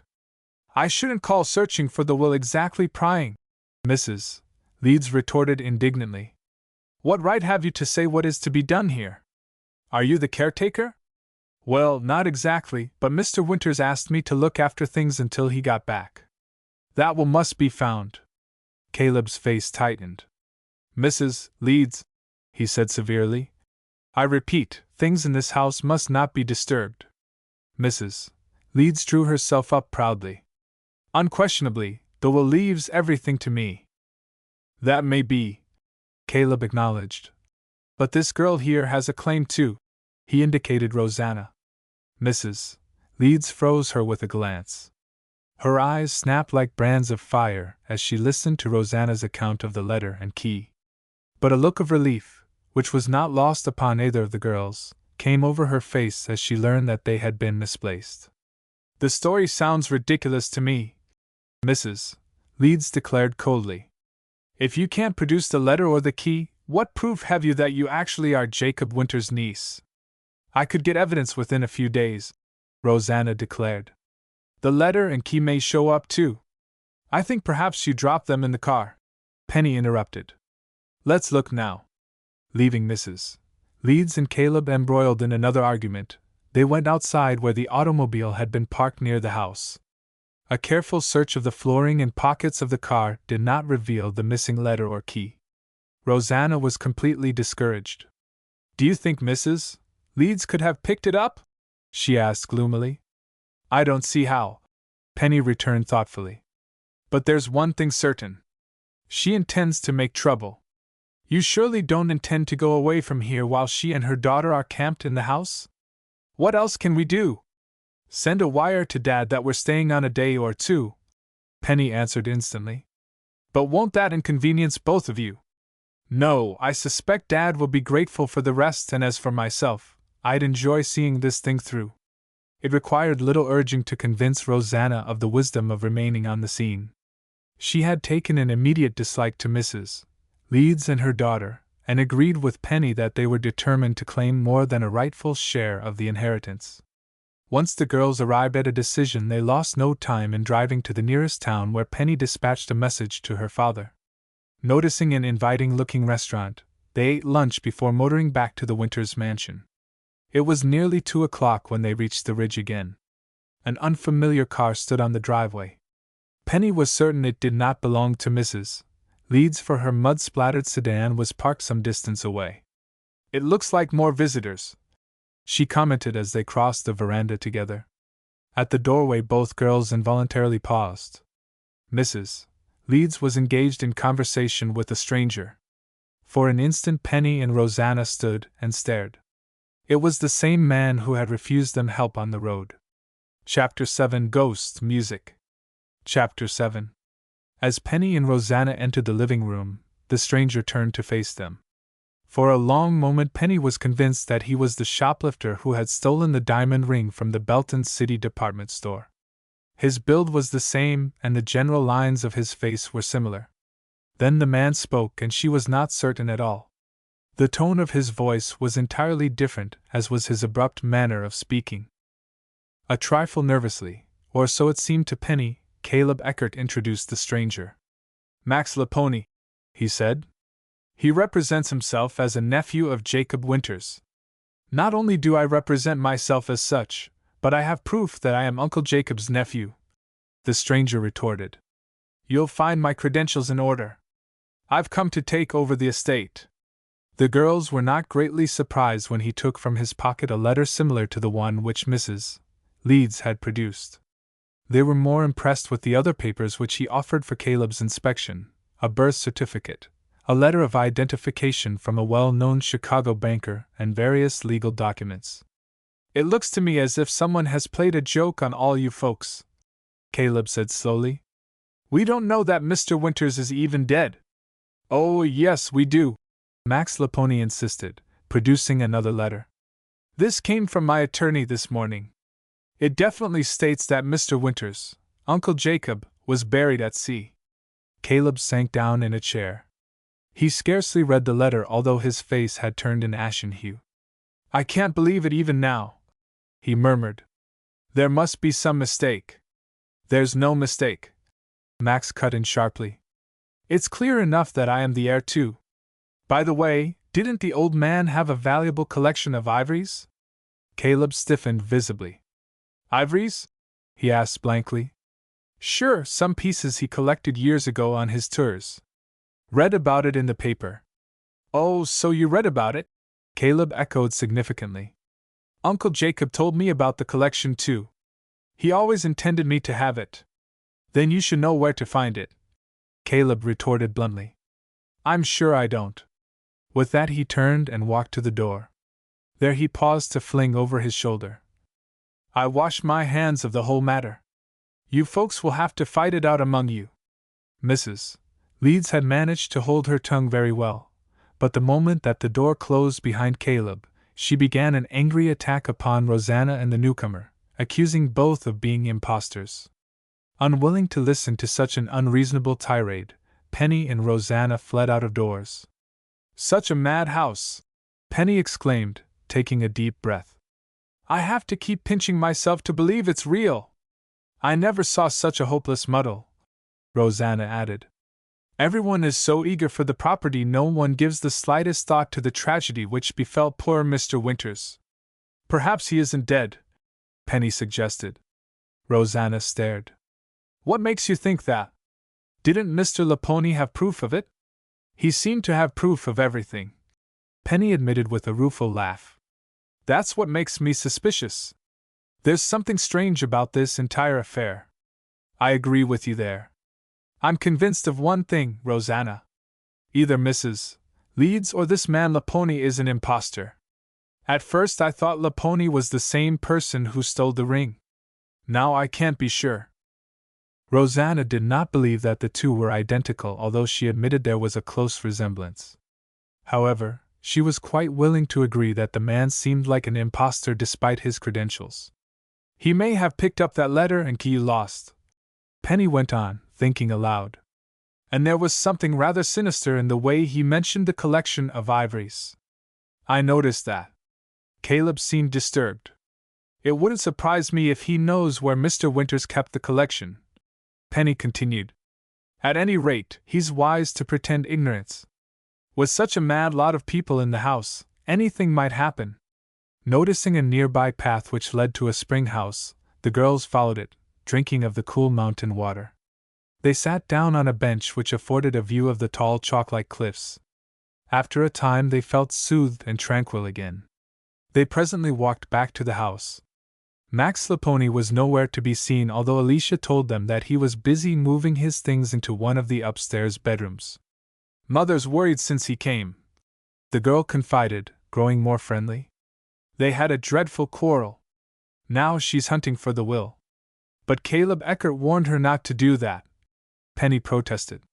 That old meddler has nothing to do with this place, Alicia declared with a toss of her head. I hope he minds his own business and stays away. The girls found Mrs. Leeds in the library. She was going through the drawers of the desk in systematic fashion, tossing papers carelessly on the floor. One drawer was locked. She shook it viciously. Like as not, Jacob Winters' will is locked up in there, she said irritably. I'm half a notion to break into it. Oh, you mustn't do that, Rosanna cried indignantly, before she could check herself. And why shouldn't I? Mrs. Leeds demanded tartly. Jacob Winters is dead, isn't he? And his will must be found. I suppose you're afraid to have the document come to light for fear you'll be cut off completely.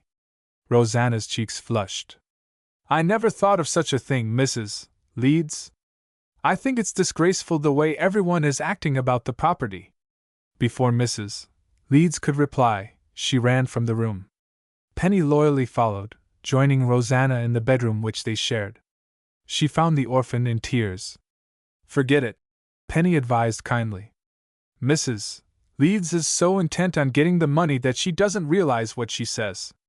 I'm sorry I ever came here.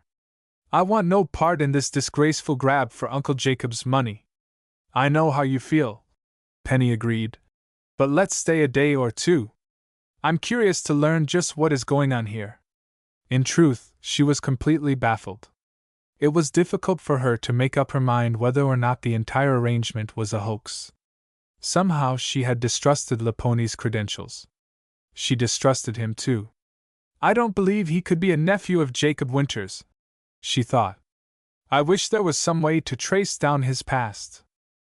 It was clear to Penny that Rosanna would never defend her claim to the inheritance. Unless she personally took a hand in the affair, Mrs. Leeds and Max Laponi would ignore the orphan completely. I'll let them make the first move, she decided shrewdly. For the time being, I'll play a waiting game. For the greater part of the afternoon, Penny and Rosanna remained in their own room. Toward nightfall, they walked about the grounds and later motored to a nearby inn for dinner. At 9 o'clock, when they returned to the big empty house, the downstairs was dark. They judged that Mrs. Leeds and Max Laponi had already gone to their rooms. We may as well turn in too, Penny suggested. The mountain air makes one drowsy. Both girls were soon sound asleep. However, some time later Penny was awakened by the sound of footsteps in the hall. She thought little of it, and rolling over, tried to go to sleep again. Suddenly she heard soft music from above. She sat up in bed, listening. A strain of a famous opera resounded through the room, rising in volume, then falling away. Penny knew that she was not imagining it. She nudged her companion, who quickly awakened. Do you hear the same thing I do? Rosanna clutched the sheets more tightly about her. Ghost music, she whispered in awe. It sounds like pipe organ music coming from a long distance away, Penny whispered. I'm going to find out. Before Rosanna could prevent it, she stole from bed and swiftly tiptoed to the door. Chapter 8: The Ivory Collection. Chapter 8. Penny quietly opened the bedroom door, peering out into the long dark hall. She could hear the music distinctly. It seemed to be coming from almost directly overhead. By this time, Rosanna, overcoming her fear, crept beside her friend. They huddled together, listening. It's an organ. I'm sure of it, Penny whispered. But where can it be hidden? I'm afraid of this place, Rosanna chattered. Let's lock the bedroom door and leave in the morning. Penny made no response. For that matter, she did not even hear, for she was intent upon trying to localize the sound of the music. Never inclined to be superstitious, she had no thought that the old house was haunted. She felt certain that the ghost-like music was man-made. This house must have a third floor or an attic, she declared softly. Let's see if we can find our way up. Never! Then I'm going alone. Penny started off down the hall. Rosanna hesitated, and then, unable to watch her friend walk into danger alone, hurriedly followed. Halfway down the hall she reached for the electric switch, but Penny caught her hand before she could turn on the light. Don't! It would give warning that we're coming. Groping about in the dark, the girls went past Mrs. Leeds' bedroom and the one occupied by the stranger. Penny noted that the doors of both were tightly closed. At the end of the hall she found still another door. Gently she turned the handle and opened it. A steep flight of stairs led upward. Oh, please, let's not go up, Rosanna pleaded, trembling. You stay here, Penny said in a whisper. If anything goes wrong, let out a cry for help. The mysterious music had ceased for the moment. Penny waited until it began again, and then, following the sound, crept noiselessly up the stairs, leaving Rosanna on guard below. At the top of the last step Penny paused to listen again. Actually, she was not as courageous as she had pretended. She could hear her own heart pounding. It was so dark on the third floor that at first she could distinguish nothing. The music had increased in volume, and Penny was more sure than ever that it came from a hidden pipe organ. As her eyes focused better, she found herself standing upon a small landing from which branched two closed doors. After a slight hesitation, she tiptoed to the nearest one and opened it a tiny crack. Although no sound had betrayed her, The music from within ended with a discordant crash. Startled, Penny allowed the door to swing wide. She started forward, and suddenly tripped. Until that moment her nerve had held steady. But as she stumbled and fell, she uttered a shrill cry of terror. Rosanna, fearing the worst, came running up the stairs. "Penny! Penny! Are you hurt?" Reassured by her friend's voice, Penny scrambled to her feet and met Rosanna at the door. "I'm all right," she said shakily. "But I've done enough investigating for one night. What frightened you so? I'll tell you later." They lost no time in returning to the lower floor. Down the hall, Mrs. Leeds' door had opened. A light flashed on. "What is going on here?" Mrs. Leeds demanded, emerging into the hallway. "Such a house I never saw. First it's music, then a scream. It's enough to send one into hysterics." Penny and Rosanna could not refrain from smiling, for Mrs. Leeds looked ridiculous in her curlers, which were sticking out from her head at all angles. Before they could answer, Alicia joined her mother. "I should think you could go to your room and let folks sleep," she said irritably. "You've been running up and down the hall all night." "You're wrong there," Penny returned. "This is the first time Rosanna or I have stirred from our room. We got up to investigate the mysterious music." "Then you heard it too?" Mrs. Leeds breathed in awe. "I thought perhaps I had imagined that part of it." "No, you heard music all right," Penny told her grimly.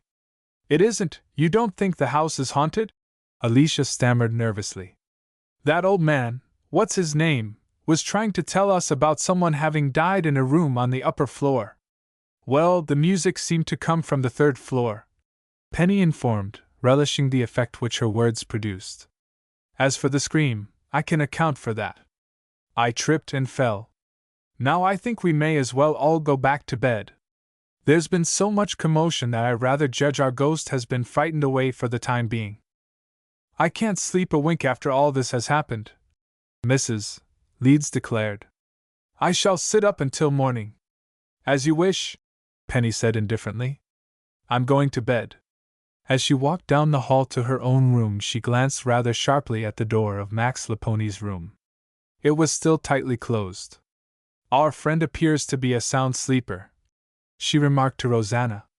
In the privacy of their bedroom, Rosanna demanded to know exactly what had happened. "Well, I didn't see much," Penny admitted. "But I did learn one interesting thing.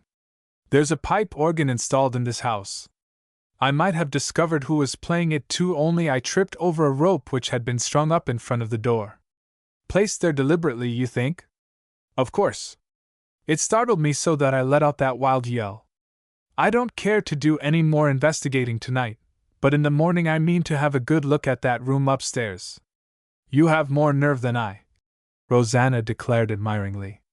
Penny carefully locked the outside door before turning out the light. It was 20 minutes after 12 by her wrist watch. "I shouldn't call it nerve exactly," she replied thoughtfully, climbing into bed. "The truth is, I'm a little afraid, Rosanna." "Then why do you go up there again?" "Oh, I don't mean that. It isn't the music that has me frightened." "But what else is there to be afraid of?" Rosanna persisted. "It's just a feeling, I guess," Penny admitted. "I can't explain, only it seems to me that some sinister plot is brewing in this old house." "I have the same sensation," Rosanna confessed. "Let's leave in the morning." Penny laughed softly and settled herself more comfortably in the pillows. "Never!" she retorted. "I'm the daughter of a detective, you know. This is our own special mystery case, and unless that ghost gets me first, I intend to get him." With that threat, Penny rolled over and lost herself in sleep. The warm sun was streaming in at the windows when the girls aroused themselves. They dressed and went downstairs, finding the house quite deserted. Apparently Mrs. Leeds, her daughter, and Max Laponi had gone to the village for breakfast. "I wish they had vanished for good, but there's no use hoping that," Penny commented. "I doubt if even a ghost could keep Mrs. Leeds from remaining until the estate is settled." The girls cooked their own breakfast, utilizing supplies which they had purchased at the nearby town. As they washed the dishes and stacked them away, Rosanna mentioned again that she did not feel comfortable about making such free use of her unknown uncle's property. Perhaps it isn't just the thing to do, Penny acknowledged. But the situation isn't a normal one either. If Mr. Eckert says it is all right for us to stay on, I don't think we should worry. Will it do us any good to remain? Rosanna pondered in a troubled tone. If Mr. Eckert can't tell us what became of my uncle, who could? That's just the point, Rosanna. I believe he knows more than he lets on. Penny's gaze wandered to the tiny log cabin set back in the pine woods. Wisps of thin smoke curled from the chimney. That meant that Caleb must be at home. Let's walk down there and talk with him, she proposed impulsively. It's time he answers a few of our questions. Caleb did not come to the door to answer their timid knock. Instead, he called out a hearty, "Come in," which they instantly obeyed. Caleb was the picture of comfort, sitting propped back in his chair by the window, puffing at an old pipe. He arose reluctantly and dusted off 2 camp stools for the visitors. "We thought perhaps you might furnish us with a little information," Penny began pleasantly. Her eyes roved swiftly about the room. She noticed the open bookcase with 4 rows of well-thumbed volumes. The titles were impressive. Caleb Eckert, despite his rough appearance, seemingly had a liking for intellectual books. "Well, what is it you want to know?" Caleb demanded, not unkindly. "I've told you before that I'll have nothing to do with this muddle over Mr. Winter's property. I've given up all hope of inheriting any of the estate," Rosanna said. "But I should like to hear about my uncle. What was he like? Some folks said he was the queerest man on Snow Mountain. I liked him because he attended to his own business. He was considered a remarkable sportsman by some." Penny's eyes traveled to a huge bear skin which hung on the cabin wall. Caleb followed her gaze. "Mr. Winters gave me that skin last year when he came back from his trip north. A mighty nice specimen. Do you have a picture of Mr. Winters?" Penny asked, abruptly changing the subject. Caleb shook his head. He began to talk about the bearskin again. Rosanna listened eagerly, but Penny sensed that the old man was trying to monopolize the conversation and thus keep her from asking questions which he did not care to answer. When she succeeded in breaking in, it was to bring up the subject of Mr. Winter's ivory collection. Caleb seemed reluctant to offer definite information. "All I know is that Mr. Winters was supposed to have one," he answered. "Folks said it was worth a fortune and that he had spent years gathering it." "What became of the collection?" Penny inquired curiously. "How should I know?" Caleb retorted crossly. "Seems to me you girls ask a lot of silly questions." "We didn't mean to be inquisitive," Penny apologized. "Only it struck me that Max Laponi has an unusual interest in that collection of ivory." Caleb eyed her strangely. "So you noticed it too?" he asked. Penny nodded. "Perhaps I shouldn't say it, but I don't trust that man, Mr. Eckert. If Mr. Winter's collection of ivory is still in the house, don't you think it should be removed to a safer place?" "That's what I'd like to do," Caleb muttered, looking out the window. "Then you do know where the ivory collection is?" Penny tripped him. Caleb glared at her. "I didn't say so, did I? Why should Mr. Winters tell me where he kept his valuables?" "Bosh! I tell you I won't be mixed up in the muddle. Now go away and let me sleep." Caleb stretched himself out on the couch and closed his eyes. Thus dismissed, the girls hastily departed. "Such a cross old man!" Rosanna exclaimed when they were out of earshot. "But even though he is irritable, I rather like him." "So do I," Penny admitted with a laugh. "You know, I think our questions about the ivory collection disturbed him more than he cared to show. He did seem reluctant to tell us anything about it." "We'll nail him down yet," Penny declared grimly as they walked slowly toward the house on the cliff. "Unless I'm sadly mistaken, that ivory collection is hidden somewhere on the premises and he's scared silly for fear someone will find it." Chapter 9: A Scrap of Paper. Chapter 9. Penny and Rosanna entered the house by the side door. Hearing a murmur of voices from the direction of the library, they involuntarily paused to listen. "If we go into this thing as partners, we're both bound to profit," they heard a man say in an insistent tone. "Think it over and I know you'll see how easily it can be accomplished." Those two girls are nitwits. They'll make no trouble. Penny and Rosanna exchanged a startled glance. They recognized Max Laponi's voice. So he was plotting against them. Undoubtedly, planning to secure complete control of the Winters estate. I'm going to find out with whom he is talking, Penny whispered. Before Rosanna could protest, she walked to the library door and opened it. Mrs. Leeds and Max Laponi were sitting at the desk, examining some document which was spread out before them. As Penny came in, Laponi whispered into his pocket. "Oh, I beg your pardon," Penny said casually. "I didn't mean to interrupt." "You aren't at all, my dear," Mrs. Leeds said more graciously than was her custom. "Mr. Laponi was just showing me a letter from his sister." "Yes, from my sister," Laponi echoed with a slight smirk. "She lives in Naples and writes such interesting letters." Penny found it difficult to refrain from smiling. She pretended to search in the bookcase for a volume. "I thought possibly you had discovered the will," she remarked mischievously. "The will? Oh, no," Mrs. Leeds assured her. "That is a good joke," Laponi echoed. "Ha! Ha! Even a ferret couldn't find old Jacob Winter's will in this house." Penny was aware that both Mrs. Leeds and Max Laponi were watching her shrewdly, trying to make up their minds if she had overheard anything. She dared say no more lest she betray herself. Picking up a book, she quietly withdrew. "It's just as I thought," she told Rosanna when they were together in their bedroom. "Laponi is trying to get Mrs. Leeds involved in some scheme to steal the property. Unless we watch out, Rosanna, they'll get everything away from you." "I don't much care," Rosanna returned in disgust. "I never saw such disgraceful actions in all my life.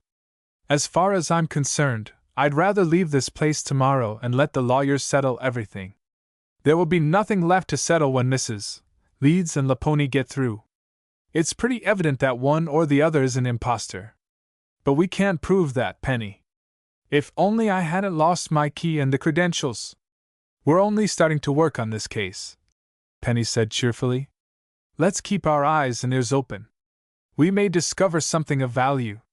Since their arrival at the old house, the girls had awaited an opportunity to inspect the third floor, hoping to discover the cause of the mysterious music which had disturbed the household. Penny suggested that while Mrs. Leeds and Laponi were occupied in the library, they might make their tour of investigation. Rosanna agreed, but without enthusiasm. She was not as venturesome as her companion. Penny led the way to the third-floor landing. The hall was dark and dusty. Cobwebs hung from the corners of the ceiling. Penny cast an appraising glance about her. The doors leading from the hall were all closed. She was certain that upon her previous visit one had been slightly ajar. She reached for the knob and turned it. The door did not give. It was locked. "That's funny," Penny murmured. "What is? I'm sure this door was unlocked before." "Perhaps it was the other one," Rosanna suggested. They moved on down the hall to try the second door. It too was securely fastened. "I distinctly recall opening that other door," Penny maintained. "I started to go in and tripped over something. I suspect it was a rope stretched just inside the door." "Well, if we can't get in, I guess we can't learn anything," Rosanna said, somewhat in relief. Penny made no response. She bent down to peer through the keyhole. "See anything?" Rosanna asked. "Just a big empty room. But there is something up against the far wall." "Rosanna, it's a pipe organ." After a minute she stepped away that her friend might see for herself. Rosanna agreed that the shadowy outline was an organ, and a magnificent one. "The music came from this room all right," Penny said excitedly. "I wish we could get in." After trying the door again, the girls returned to the second floor. As Penny closed the stairway door, she noticed that it had a key. Upon impulse, she turned it in the lock and pocketed the key with a smile of satisfaction. "That should put a stop to the music for a few nights," she remarked. "I'll show that ghost I can lock a few doors myself." As they reached their own bedroom, Rosanna said that she believed she would lie down for a half hour. The events of the past few days had worn her down, both physically and mentally. "Do," Penny urged. "A sleep will refresh you." I think I'll go downstairs and see if I can discover what plot is brewing. She descended the spiral stairway and paused at the library. It was empty. The house was strangely silent. Penny crossed the hall to the living room. Heavy draperies screened the arched doorway. As Penny pulled them aside to enter, she saw Mrs. Leeds standing at the fireplace, her back to the door. Something about her manner aroused Penny's suspicions. She waited and watched. Mrs. Leeds had built up a roaring fire on the hearth. She held a paper in her hand. Deliberately, she tore it into a dozen pieces and dropped them into the flames. Penny hastily entered the room. Mrs. Leeds wheeled, her cheeks flushing. "How you startled me, Miss Nichols! You surely have a way of coming in quietly." "Sorry," Penny said, walking over to the hearth. "How nice to have a fire, although it is a little warm today." The room seemed damp, Mrs. Leeds said nervously. "I was cold. I think I'll go to my room and get a sweater." The instant Mrs. Leeds had disappeared, Penny snatched a charred piece of paper from the hearth. It was the only scrap which had not been completely consumed by the flames. Only a few scattered lines with many words missing were visible. The others were blackened or torn away. Penny distinguished a part of the writing. "Last will and testament, do bequeath to my niece R.O. This must be a portion of Jacob Winter's will," she thought. Mrs. Leeds probably found it somewhere in the house and decided to destroy it because she or her daughter weren't mentioned. She stared at the word which began R.O. The remaining letters had been torn away. Had Mr. Winters written Rosanna's name? If only she had entered the living room a minute earlier, she might have prevented the document from being destroyed. In reviewing Mrs. Leeds' actions during the past 2 days, Penny could not doubt that the woman had actually found the missing will. Since her arrival at Raven Ridge, she had spent most of her time poking about into odd corners of the house. The locked drawer of the desk had annoyed her exceedingly. "I'll just take a look and see if it's still locked," Penny thought. She opened the desk and tried the drawer. It readily opened. "Empty," Penny commented grimly. "Just as I suspected." She examined the lock. It was evident at a glance that it had been broken by a sharp instrument, and not unlocked with a key. "The will was hidden in this drawer," she mused. "I feel confident of it. And it must have been drawn up in Rosanna's favor, or Mrs. Leeds never would have destroyed it." Penny closed the desk and carefully placed the charred bit of paper in her dress pocket. She was deeply disturbed over the discovery, realizing that Mrs. Leeds, by destroying the document, had gained a great advantage. However, she had no intention of abandoning the fight. "I'll keep this strictly to myself," she decided. "For the present, I'll not even tell Rosanna. It would only disappoint her to learn that the will has been burned." Since Mrs. Leeds' arrival at Raven Ridge, Penny had done everything in her power to avoid a break with the arrogant society woman. She had ignored snubs and many unkind remarks. Now she felt that if Rosanna's interests were to be safeguarded, she no longer could afford to play a waiting game. "Mrs. Leeds and Max Laponi have shown their hand," she reflected. "They mean to gain their ends by any possible means. But since they're stooping to underhanded tricks, I may have a few little schemes of my own." Penny was unusually silent that evening. Rosanna noticed it at once, but thinking that her friend was absorbed in her own thoughts, refrained from questioning her. At 6 o'clock the girls motored to Andover for dinner. To their chagrin, Mrs. Leeds and her daughter Alicia chanced to select the same cafe. All during the meal, Penny noticed the woman's eyes upon her. As she and Rosanna arose to leave, Mrs. Leeds hastily followed them. "Miss Winters, may I speak with you a moment?" she began coldly. "Why, yes, of course," Rosanna responded. "I mean alone." Rosanna hesitated and glanced at Penny. The latter started to move away. "No, don't go," Rosanna said quickly. "I am sure that anything Mrs. Leeds may wish to say to me can be said in front of you." "Very well," Mrs. Leeds returned icily. "Evidence has reached me today which proves conclusively that I am Jacob Winter's sole heir." Rosanna took the blow without the quiver of an eyelash. "What evidence, may I ask, Mrs. Leeds? I don't feel compelled to go into that, Miss Winters. Certainly not in the presence of strangers or on the street. Penny isn't exactly a stranger. Rosanna smiled. From the first I have been very tolerant, I think. Mrs. Leeds went on, ignoring the orphan's remark. By your own admission you have no credentials. We have only your word that you are even related to Jacob Winters. I had a letter and key, the same as you. Rosanna faltered.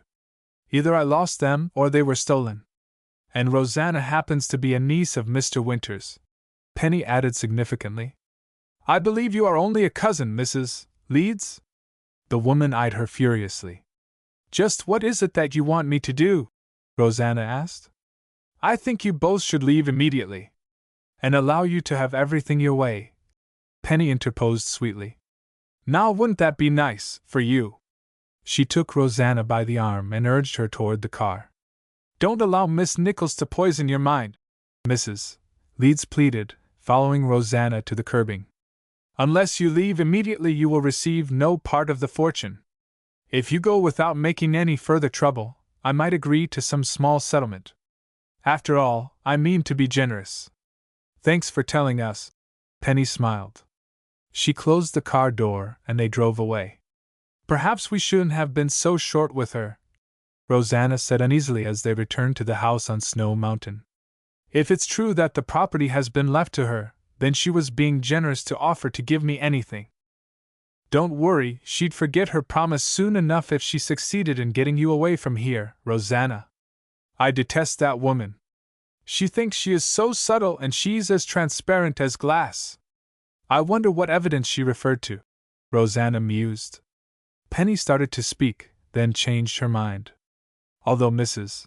Leeds had no suspicion that she guessed the truth, she was well aware of the nature of the new evidence. However, she refrained from mentioning the burned will, realizing that Rosanna, in her present depressed state of mind, would be greatly disturbed by the information. If the orphan believed that she no longer had a definite claim to the fortune, she would insist upon leaving Raven Ridge without further delay. Penny did not intend to quit the scene until she had answered several questions to her satisfaction. The entire case seemed a trifle fantastic as she reviewed it. First, Rosanna had received the strange letter signed by a fictitious name. Then, although the orphan had lost the key, they had found the door of the Winters mansion unlocked. Close upon the heels of their arrival, Mrs. Leeds, her daughter, and Max Laponi appeared. Since then, the house had been disturbed by haunting organ music and one baffling event had crowded upon another. It's all very bewildering, Penny reflected. But I believe that everything can be fitted together if only I am able to learn the identity of the mysterious ghost. The night closed in dark and windy. Penny and Rosanna sat by the fire, trying to read. They were relieved when Mrs. Leeds and her daughter retired to their rooms shortly after 8 o'clock, for it gave them an opportunity to talk. At 10 o'clock the girls went to their own room. Max Laponi had not yet returned from Andover where he took his meals. Penny was tired and fell asleep almost as soon as her head touched the pillow. Hours later she was awakened by Rosanna, who was sitting upright in bed. What is it? Penny mumbled drowsily. Then she knew. The house reverberated with the soft chords of a pipe organ. Without switching on the electric lights, Penny drew on her dressing gown. She started toward the door, then returned to grope in the drawer of the dresser where she found the key which locked the door leading to the attic floor. What are you going to do? Rosanna asked anxiously, drawing the bedclothes closer about her. Penny already had gone. Stealing quietly down the dark hall, she reached the end of it and stood listening. The door leading to the third floor was closed. She could hear the music more distinctly than before and knew for a certainty that it came from above. She gently tried the door. It was still locked. Penny was momentarily baffled. She had half expected to find the door unlocked.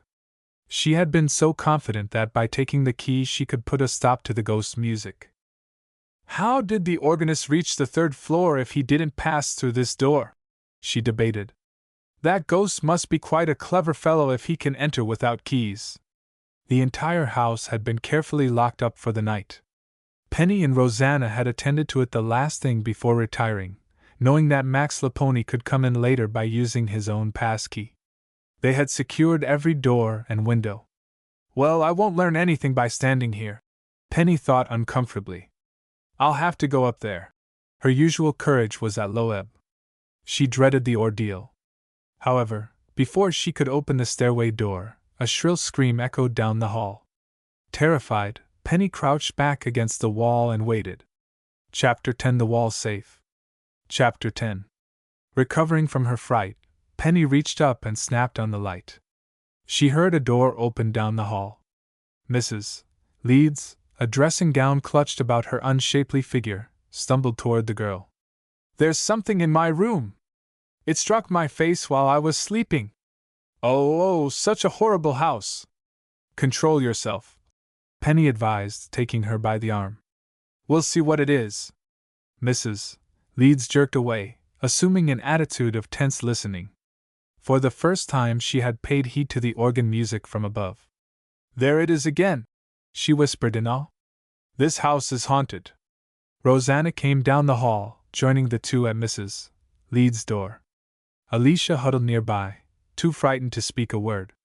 Penny opened the door and groped for the electric switch. As the room was flooded with light, she looked quickly about. Everything was in disorder, but that was because Mrs. Leeds had done no straightening or cleaning since her arrival. Suddenly Penny began to laugh. "Pray, what do you find that is so humorous?" Mrs. Leeds demanded indignantly. "Bats," Penny answered, laughing again. There were 4 of them blinded by the light, cowering in the corners of the room. Penny opened a window and with Rosanna's help drove them out into the night. "They must have come in through an open window," she said to Mrs. Leeds. "I didn't have a window open," the woman retorted. "I can't bear to sleep in this room again. Tomorrow I shall move into another. Come, Alicia, we'll sit up until morning in the living room." Returning to her own room, Penny listened for the organ music. It had ceased as mysteriously as it had begun. She glanced curiously toward the room occupied by Max Laponi. The door was closed. He alone of the entire household seemed undisturbed by the strange things which went on about him. "I'd like to know if he really is in his room," Penny thought. She hesitated by the door but did not have the courage to try the knob. After a moment she followed Rosanna to their bedroom at the other end of the hall. Morning found Mrs. Leeds even more upset than upon the previous night. Her eyes were bloodshot, her face sallow, her clothes unpressed. She quarreled with her daughter and ignored Penny and Rosanna. However, when Max Laponi came down the stairs looking as dapper as ever, her attitude instantly changed. She spoke to him in a softer tone. "We were beginning to wonder if the ghost made off with you last night," she said archly. "What ghost? You mean to say you didn't hear the music?" "Not a sound," Laponi told her. "I am a very hard sleeper." He seemed disinclined to listen to Mrs. Leeds' account of all that had transpired, and very shortly drove away in his automobile, ostensibly to have breakfast in a nearby town. After straightening their room and making the bed, Rosanna and Penny went for a short walk. They sat down by the cliff where they could see the river below, discussing the situation. "I don't see that it's doing a particle of good to stay here," Rosanna insisted. "I don't feel right about letting you waste so much time and money." Rosanna was thinking of the expensive meals which they bought at Andover. Because her own supply of cash had run so low, Penny paid for everything. Rosanna meant to settle the debt, and it steadily grew larger. "Now don't worry," Penny advised kindly. "I'm staying on here largely because I've determined to discover the identity of our ghost. Then, too, I can't bear to see Mrs. Leeds gain what doesn't belong to her. I'd be glad to stay if I thought it would do the slightest good. I think it will, Rosanna. I have a scheme which I intend to try. It will take a few days before we can work things out." Penny then explained a part of what was in her mind. She was not certain as to all the details of her plan, but little by little it was taking shape. After a time the girls walked down to Caleb Eckert's cabin. He was not at home. They sauntered leisurely back to the house on the cliff. Neither Mrs. Leeds' car nor the one belonging to Max Laponi was on the driveway. I guess we're the only ones here this morning, Penny commented. They entered by the front door. From the direction of the living room, they heard a muffled exclamation of impatience. Signaling for silence, Penny tiptoed toward the velvet curtains which hid the living room from view. She parted them. Caleb Eckert was working at the dials of a wall safe which had been concealed in a secret panel behind a large oil painting.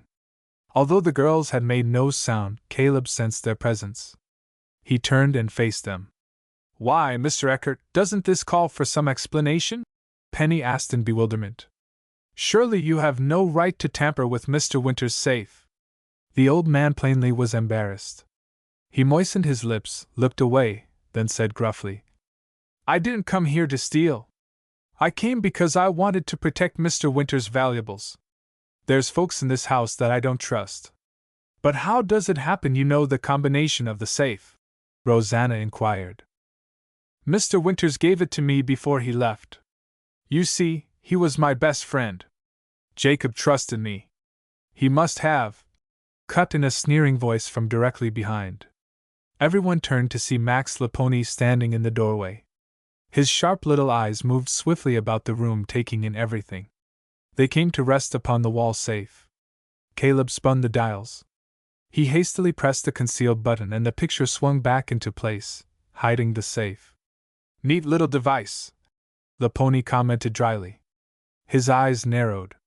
"Trying to steal the Winter's booty, were you?" "Certainly not," Caleb retorted angrily. Laponi caught him roughly by the shoulder, forcing him back against the wall. "You know a lot more than you let on," he accused. "Tell me, is that where old Winters hid his ivory collection?" "I'll tell you nothing," Caleb snapped. "You'll tell or I'll."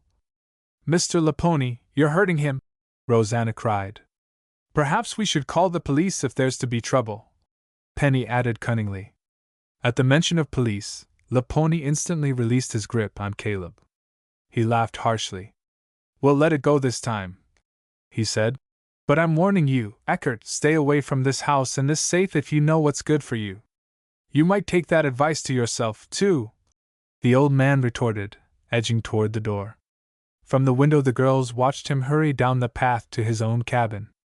His departure was almost flight. Obviously, Caleb was afraid. Penny did not know what to believe.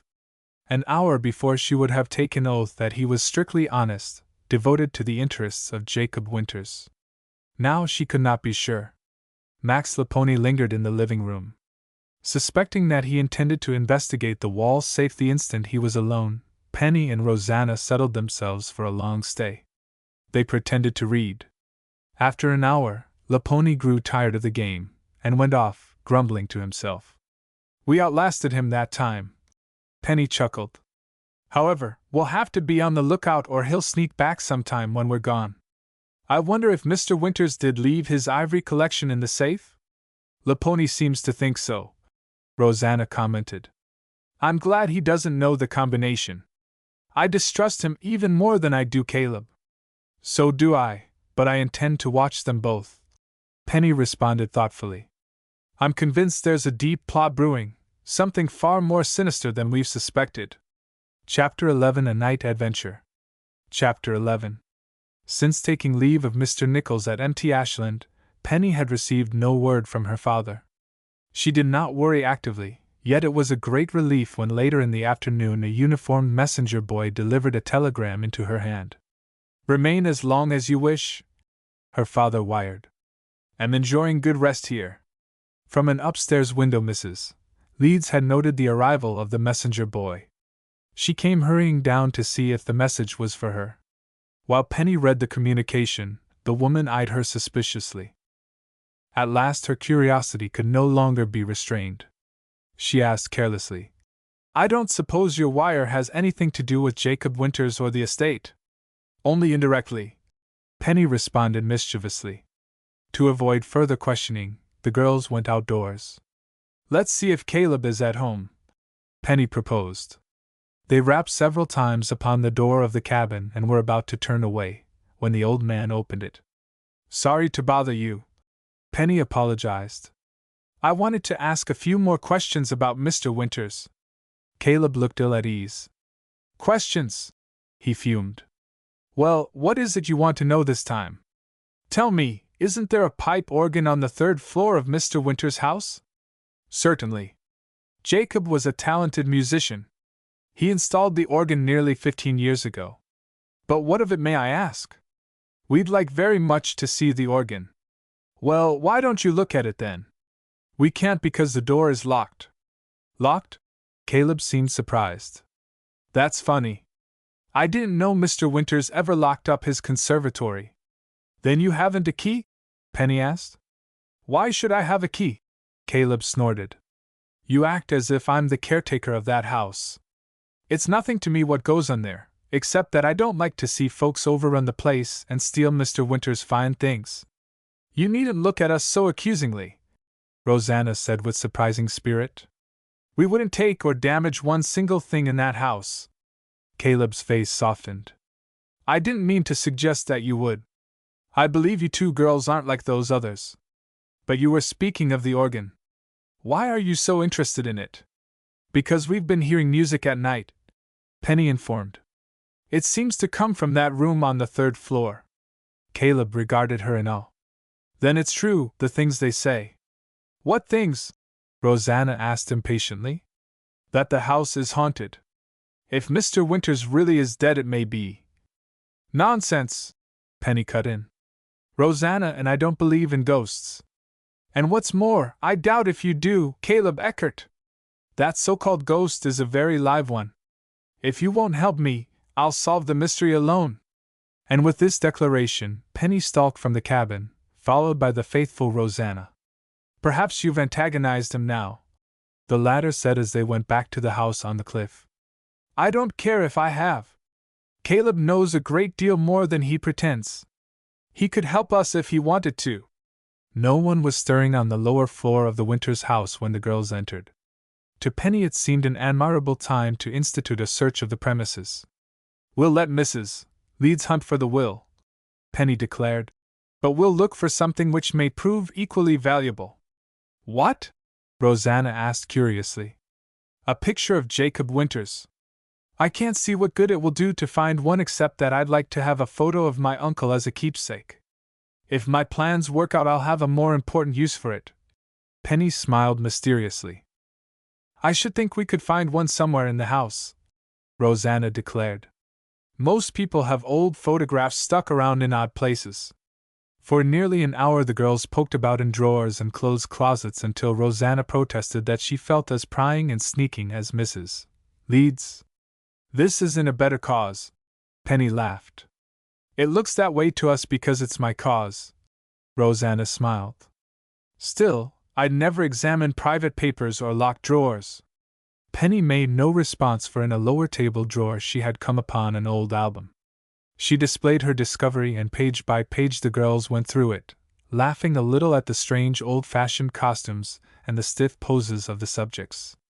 Names were written under a few of the photographs, but Rosanna recognized only one or two as relatives. I never knew many of my relation, she admitted. If Mrs. Leeds and her daughter are samples, perhaps it's just as well. The people in this album look nice, Rosanna. I suppose most of them are dead by this time. Penny turned a page and stared blankly down at an empty folder. Why, here is your uncle's name, she cried, indicating a signature at the bottom of the page. But the photo is gone. Oh, how disappointing. Someone removed the photo, Rosanna. Perhaps deliberately too. What makes you think that? I only said it. I have no evidence, of course. Oh, all my plans will be upset if I don't find the photograph. The arrival of Mrs. Leeds cut short the conversation. The girls hastily returned the album to the table drawer, but not quickly enough to avoid being detected. Mrs. Leeds triumphantly pounced on the leather-bound book. Only an old-fashioned album, she said in disappointment, tossing it aside. Did you think it was the will? Penny chuckled as she and Rosanna departed. The girls impatiently awaited the coming of night. Penny had determined to make a supreme effort to discover the cause of the mysterious organ music. At first Rosanna had been enthusiastic over the plan, but as nightfall approached she tried to dissuade her friend. It's too dangerous, she insisted. Please give up the scheme. Penny shook her head. She had made up her mind to spend the night on the third floor. Soon after the household retired, she intended to steal upstairs and establish herself by the door of the conservatory. Evening came. At 9, Mrs. Leeds and her daughter shut themselves into the bedroom which they had selected since their upsetting experience with bats. At 11, Penny heard Max Laponi's door close. She looked out into the hall. It was dark and deserted. Please don't attempt it. Rosanna shivered. What if something should happen? I hope it does, Penny said grimly. It won't be any fun to sit up half the night without any purpose. I'll be disappointed if our ghost fails to provide his usual midnight concert. If anything goes wrong, scream for help, Rosanna urged. I'll run for assistance, Penny promised. While Rosanna stood at the bedroom door watching, she tiptoed down the hall, past Mrs. Leeds' room, past Laponi's chamber to the third-floor stairs. There she hesitated. Without a light, the region above looked even more dark and awe-inspiring than she had remembered it. Coward! She accused herself, and quietly went up, leaving the door unlocked behind her. All was quiet on the third floor. Penny tried the door to the conservatory, expecting to find it locked. To her astonishment, it opened. The discovery disconcerted her for an instant. A minute later, she mustered her courage and stepped inside the room. In the darkness, she could make out objects only vaguely. The organ with its huge pipes occupied one end of the room. Sheet-draped chairs gave everything a ghostly atmosphere not at all conducive to a peaceful state of mind. After making a brief inspection of her quarters, Penny sat down on the floor with her back against the outside door. She riveted her eyes upon the organ. Time dragged slowly. When it seemed to Penny that several hours must have passed, she heard a clock downstairs striking 11:30. At least another half-hour to wait, Penny thought, shifting into a more comfortable position. She grew drowsy. Several times she caught herself on the verge of napping. She aroused herself only to find her eyes growing heavy again. It became increasingly difficult to watch the organ. I wish that ghost would hurry up and come, she mused impatiently.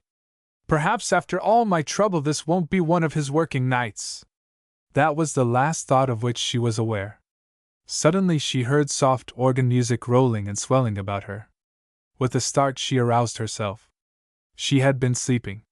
It took an instant for Penny to gather her wits. She was still sitting with her back to the conservatory door. Yet at the far end of the great room, she distinctly could see a shadowy figure seated at the organ. Penny scrambled to her feet, starting forward. The floor creaked alarmingly. Penny halted, but too late. She had given warning of her presence. The shadowy figure at the organ jerked into alert attention. There was a discordant crash of chords, then silence. Penny blinked. She thought she had heard a sharp click as if a secret panel had opened and closed. That was all. And the organist had disappeared. Chapter 12: A Suspicious Act. Chapter 12. Penny caught herself shivering. She decided that she had seen quite enough for one night. She turned toward the door, but with her hand on the brass knob, stood tensely listening. Someone was tiptoeing along the hall. It occurred to her that the mysterious organist might have escaped from the music room by means of a secret panel which opened directly into the adjoining corridor. Even now he could be effecting his escape to the lower floor. Crouching against the wall, Penny waited. She was startled to hear the footsteps coming closer. Then the door opened a tiny crack and the beam of a flashlight slowly circled the room. "Penny!" an anxious voice whispered. "Where are you?" Penny laughed in relief as she reached out to grip Rosanna's hand. "Oh! How you startled me!" the girl gasped. "I'm so glad you're safe, Penny. You stayed up here so long that I was frightened. I had to wait for the ghost." "I heard the music," Rosanna said in awe. "It broke off so suddenly. That was because I frightened the ghost away. At first I thought perhaps I had dreamed it all, but if you heard the music too, then it must have been real. It was real enough. But it lasted only a minute or two. When the organist saw me, I suspect he slipped out of the room by means of a secret panel," Penny reported. "But where he went is a mystery. You didn't see anyone as you came up the stairs to find me? No, I'm sure no one was in the hall, Penny. I'm as certain as anything that this room has a secret entrance. Give me your flashlight and we'll see what we can discover. Not tonight. Rosanna shivered, pulling her friend toward the door. We can come back in the morning. The room may be locked again then. That's so. Let's take advantage of the opportunity while we have it. Rosanna handed over the flashlight, and together they crossed the room to the big organ. They inspected it with interest, and Penny ran her fingers lightly over the keys. However, no sound came forth. That's queer, Rosanna whispered. I think someone has to pump air, Penny said. It's probably shut off. She next turned her attention to the walls in the immediate vicinity of the organ. She could locate no hidden panel, although in one place it seemed to her that when she rapped on a certain sector it emitted a hollow sound. It's too dark to see anything tonight, Rosanna protested nervously. I guess we may as well give it up until morning, Penny agreed. The girls stole quietly down the stairs to the lower floor. However, an unpleasant surprise awaited them. As they opened the door into the main passageway, they found themselves face to face with Mrs. Leeds and Alicia. So I find you here again, the woman exclaimed. I suspected before that you girls were at the bottom of these nightly disturbances. Now I have the proof. Penny was too annoyed to even try to explain why she had visited the third floor. She would have ignored the woman and passed on to her own room had not Rosanna been so distressed by the ridiculous accusation. We've had absolutely nothing to do with the queer things which have been going on in this house, the orphan maintained indignantly. Then why were you upstairs at this time of night? Only a minute or two ago Alicia and I heard music. We were trying to learn what caused it, Mrs. Leeds. A likely story, Alicia said with a toss of her head. You may believe it or not, just as you wish, Penny returned coldly. It seems to me, Miss Nichols, that you are taking it upon yourself to do entirely too much investigating, Mrs. Leeds said cuttingly. This isn't your home and you're not a relative of Jacob Winters. And unless I'm sadly mistaken, there are others here who are similarly situated, Penny retorted. Do you mean to suggest that Alicia and I are not related to Jacob Winters? I'm not suggesting anything, Penny replied evenly. However, since you brought up the matter of an investigation, I might ask you about that paper which I saw you burn in the living room fireplace. Mrs. Leeds' face changed color and she grew confused. Why, I don't know what you're talking about. You know well enough, but we'll let it pass for the time being. Come on, Rosanna. The two girls walked down the hall and entered their own room, closing the door firmly behind them. You held your own with her that time, Rosanna chuckled. My, I wish I could talk up to people the way you can. I talk entirely too much. But she made me provoked when she accused us of causing all the disturbance in this house. What did you mean by asking about a paper she had burned? Rosanna asked curiously. Oh, I just wanted to throw a scare into her, Penny responded evasively as she snapped out the light and crept into bed. I really have no proof of anything. Long after Rosanna had fallen asleep, she lay awake thinking. Proof. The word seared itself into her brain. If only she could secure some evidence which would aid Rosanna. The entire affair seems unreal, she mused. Almost like a movie. It's obvious that someone is playing at being a ghost, trying to frighten the occupants of this house. But what can be the purpose behind it all? Although Penny had been careful to make no such admission to Rosanna, she was becoming increasingly troubled.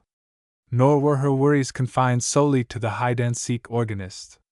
She feared that the time was fast approaching when Mrs. Leeds or Max Laponi would make a legal claim to the Winters property. The chances are that Mrs. Leeds destroyed the will, she reasoned. In that event, Rosanna may lose everything. Penny felt baffled, yet she was unwilling to admit defeat. Certainly not until Mrs. Leeds had thrown all her cards on the table. Events were fast approaching a crisis. Penny sensed that from the woman's attitude of increasing hostility and assurance. I'm not defeated yet, she thought grimly as she closed her eyes and tried to sleep. I still have a few tricks up my sleeve. When Rosanna and Penny descended the stairs the next morning, they heard a murmur of voices in the library. The door was closed. "I imagine Laponi and Mrs. Leeds are having another one of their secret conferences," Penny commented. "They're up to some mischief." "Why not leave this place today?" Rosanna demanded. "I don't care about the fortune anymore. I'm so tired of all this plotting and scheming. I'd rather just go away and let them have it." "Now don't look so distressed," Penny smiled. "The battle of wits has only begun. But I don't like to battle. It isn't my nature. I'm your appointed gladiator, Rosanna. You have no idea how much pleasure it would give me to see these grasping impostors exposed." "We haven't any proof they're impostors," Rosanna said soberly. "After all, they had letters and keys to the house. I haven't even that much. It's too bad they were lost, but you mustn't let it worry you," Penny chided. "Right now I'm more concerned over another matter." "The mysterious ghost?" "Yes, although I wasn't thinking of that at the moment. It's Mr. Winter's photograph." "Who tore it out of the album? For all we know, it may have been removed years ago." "Yes, that's so, but somehow I have a hunch it disappeared at a far more recent date. If I don't find a picture of Jacob Winters, I'm afraid my little plan will fall through." "You haven't told me much about this secret plan of yours, Penny." "That's because I haven't worked it out clearly in my own mind yet. But unless I find the photograph, there simply won't be any. We might search the house again. I intend to do that if we can ever find a time when Mrs. Leeds and Max Laponi are both gone. Just now I'm eager to make another inspection of the organ room upstairs. This is our chance while those two are closeted in the library." Rosanna was not especially anxious to visit the third floor again, but she offered no objection to the suggestion. Penny led the way up the creaking stairs. The door of the music room was unlocked as they had left it the previous evening. However, the window shades were all drawn and the room was dark. Penny raised the blinds to admit light. Curiously, the girls gazed about them. Everything was covered with a thick coating of dust, and cobwebs hung in misty veils from the corners of the room. Penny crossed over to the organ. She indicated the bench in front of it. "I guess that proves whether or not our ghost was real." "You mean the imprint on the dusty surface of the organ bench?" Rosanna asked doubtfully. "Yes, you can see where the organ is Saturday. Perhaps one of us brushed off the dust without realizing it. You tried to play a few notes on the organ, you know." "Yes, but I didn't sit down on the bench, Rosanna." Losing interest in the organ, Penny began to search for the secret panel through which she was firmly convinced that the ghost had disappeared. As her eyes moved swiftly over the smooth wall, she suddenly uttered a low exclamation. "See, Rosanna! The imprint of a man's hand!" The marking upon the wall was so faint that at first the other girl did not see it. But she too became excited as Penny pointed it out. "How do you suppose it came to be there?" she asked in awe. "I suspect our friend the organist was groping about in the dark searching for the secret panel. No doubt his hand was dusty, and when he pressed it against the wall it left a faint imprint. If you're right, we have a valuable clue as to the location of the panel." Penny nodded eagerly. Already she was exploring the wall with her hand. "It's funny," she murmured impatiently. "I'm as sure as anything that the panel is here." She broke off suddenly as her fingers touched a tiny round object which was hidden under the wallpaper. "I believe I've found it!" she exclaimed gleefully, pressing the button. The girls heard a faint click. But the panel did not open. "The stubborn thing!" Penny cried impatiently. "Why doesn't it open?" She pushed with both hands against the section of wall where she felt convinced the panel was located. To her own surprise and the horror of her companion, it suddenly gave way. Penny plunged headlong through the opening. And before Rosanna could recover from the shock of seeing her friend disappear, the panel fell back into place. "Penny, Penny!" she cried anxiously, pounding upon the wall. "Are you hurt?" For several minutes there was no answer. Then Rosanna heard a smothered little giggle. "All my bones are still together, I guess. But I seem to have tumbled down a flight of stairs. Come on in. I don't know how to get in. The panel slammed shut when you fell through. It's hinged at the top, I think." Find the little button and press on it. Then when you hear a click, push on the panel. Only push easy or you'll take a tumble the way I did." In a minute Rosanna had located the button. She pressed upon it as she had seen Penny do. Then as the lock clicked, she cautiously pushed against the panel. Light as was her touch, the sector of wall swung instantly back and she stepped through the opening. So concerned was she over Penny that she failed to hear the panel close behind her. At first Rosanna could see nothing. Then as her eyes became accustomed to the gloomy interior, she made out a long flight of stone steps leading downward into inky blackness. She felt reassured when Penny grasped her hand. "Come on, Rosanna! Isn't it exciting? Let's explore." "Oh, it's too dark," Rosanna whispered nervously. "What if we should run into that dreadful man, the organist?" "Well, perhaps it would be wiser to go back for a flashlight," Penny conceded. "Only we mustn't let Mrs. Leeds or Max Laponi suspect what we're up to. We must keep this discovery strictly to ourselves." She returned to the head of the stairs, but although she groped her hand carefully along the wall, she could find no hidden button or spring which controlled the panel. By this time Rosanna had grown frightened. "Don't tell me we're locked in!" Penny forced herself to speak calmly. She knew that it would never do to let Rosanna realize that she too was alarmed. "For the moment I'm afraid we are," she admitted quietly. "But don't give up hope. We'll get out of here somehow." Chapter 13: The Secret Stairs. Chapter 13. 10 minutes of unrewarded search convinced Penny that they were only wasting their time in attempting to locate the hidden spring without a light. "Let's follow the steps down and see where they lead," she suggested. "Surely there must be another exit." Rosanna permitted Penny to lead her down the steep flight of stairs. They presently reached the bottom. It was too dark to see very much, but by feeling along the damp stone wall they discovered that they were in a narrow passageway. As they moved cautiously forward, a breath of cold air struck Penny's face. "This must be the way to the exit," she declared cheerfully. "We'll soon be out of here now." "It can't be too soon for me," Rosanna chattered. Hand in hand they groped their way along the subterranean passage. Soon they came to the end of it, but instead of an exit they found another flight of steps leading downward at a steep angle. "Careful or you'll fall," Penny warned as they began the treacherous descent. "Some of the stones are loose." "I wish we had a light," Rosanna complained. "Where do you suppose we're going anyway?" "Maybe to the center of the earth," Penny chuckled. "It seems like it anyway. Unless I'm mixed up in my directions, we're moving toward the lake." "It seems that way to me too," Penny readily agreed.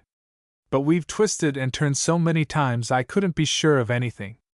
By this time the girls were convinced that they were underground, for they had made a long, straight descent. The walls were moist and damp, the air chilly. Yet one thing puzzled them. If they actually were traveling toward the lake, that meant that the tunnel had been bored into the side of the cliff. But such a feat obviously was nothing less than an engineering enterprise. At length the girls reached the bottom of the second flight of stairs, only to find themselves in another passageway. It was much larger than the other and lighter. "Do you think we could be in an abandoned or mine?" Penny suddenly demanded, pausing to inspect the walls. "It does look a little like it. Only I never heard of stone steps in a mine." "No, they have shafts. But it strikes me that the steps may have been added later. If you noticed, the upper passage was much smaller than this one. As if it had been dug out to join with this one," Rosanna added eagerly. "Exactly. It's my theory that some person knew about this old mine and decided to connect it with a smaller tunnel which would lead up into the house. But who do you suppose conceived such a plan?" "I can't answer that one," Penny laughed. "But come on, let's see if we aren't approaching the exit." Eagerly they moved forward, guided by the streak of light. A minute later Penny, who was in the lead, gave a joyous shout. "We've come to the end of it! I can see trees!" "Thank goodness," Rosanna sighed in relief. "I was afraid we'd never get out alive." Penny parted the bushes which barred the exit and they peered out. "You were right, Rosanna. We did travel toward the lake. We're almost in it, for that matter." The water came within a few yards of the entrance, and during a storm the girls imagined that it must flood the lower passageway. Penny noticed a rowboat tied up in a clump of bushes. I suppose that's how our ghost makes his quick getaway, Penny remarked dryly. We might take a ride on the lake, Rosanna proposed.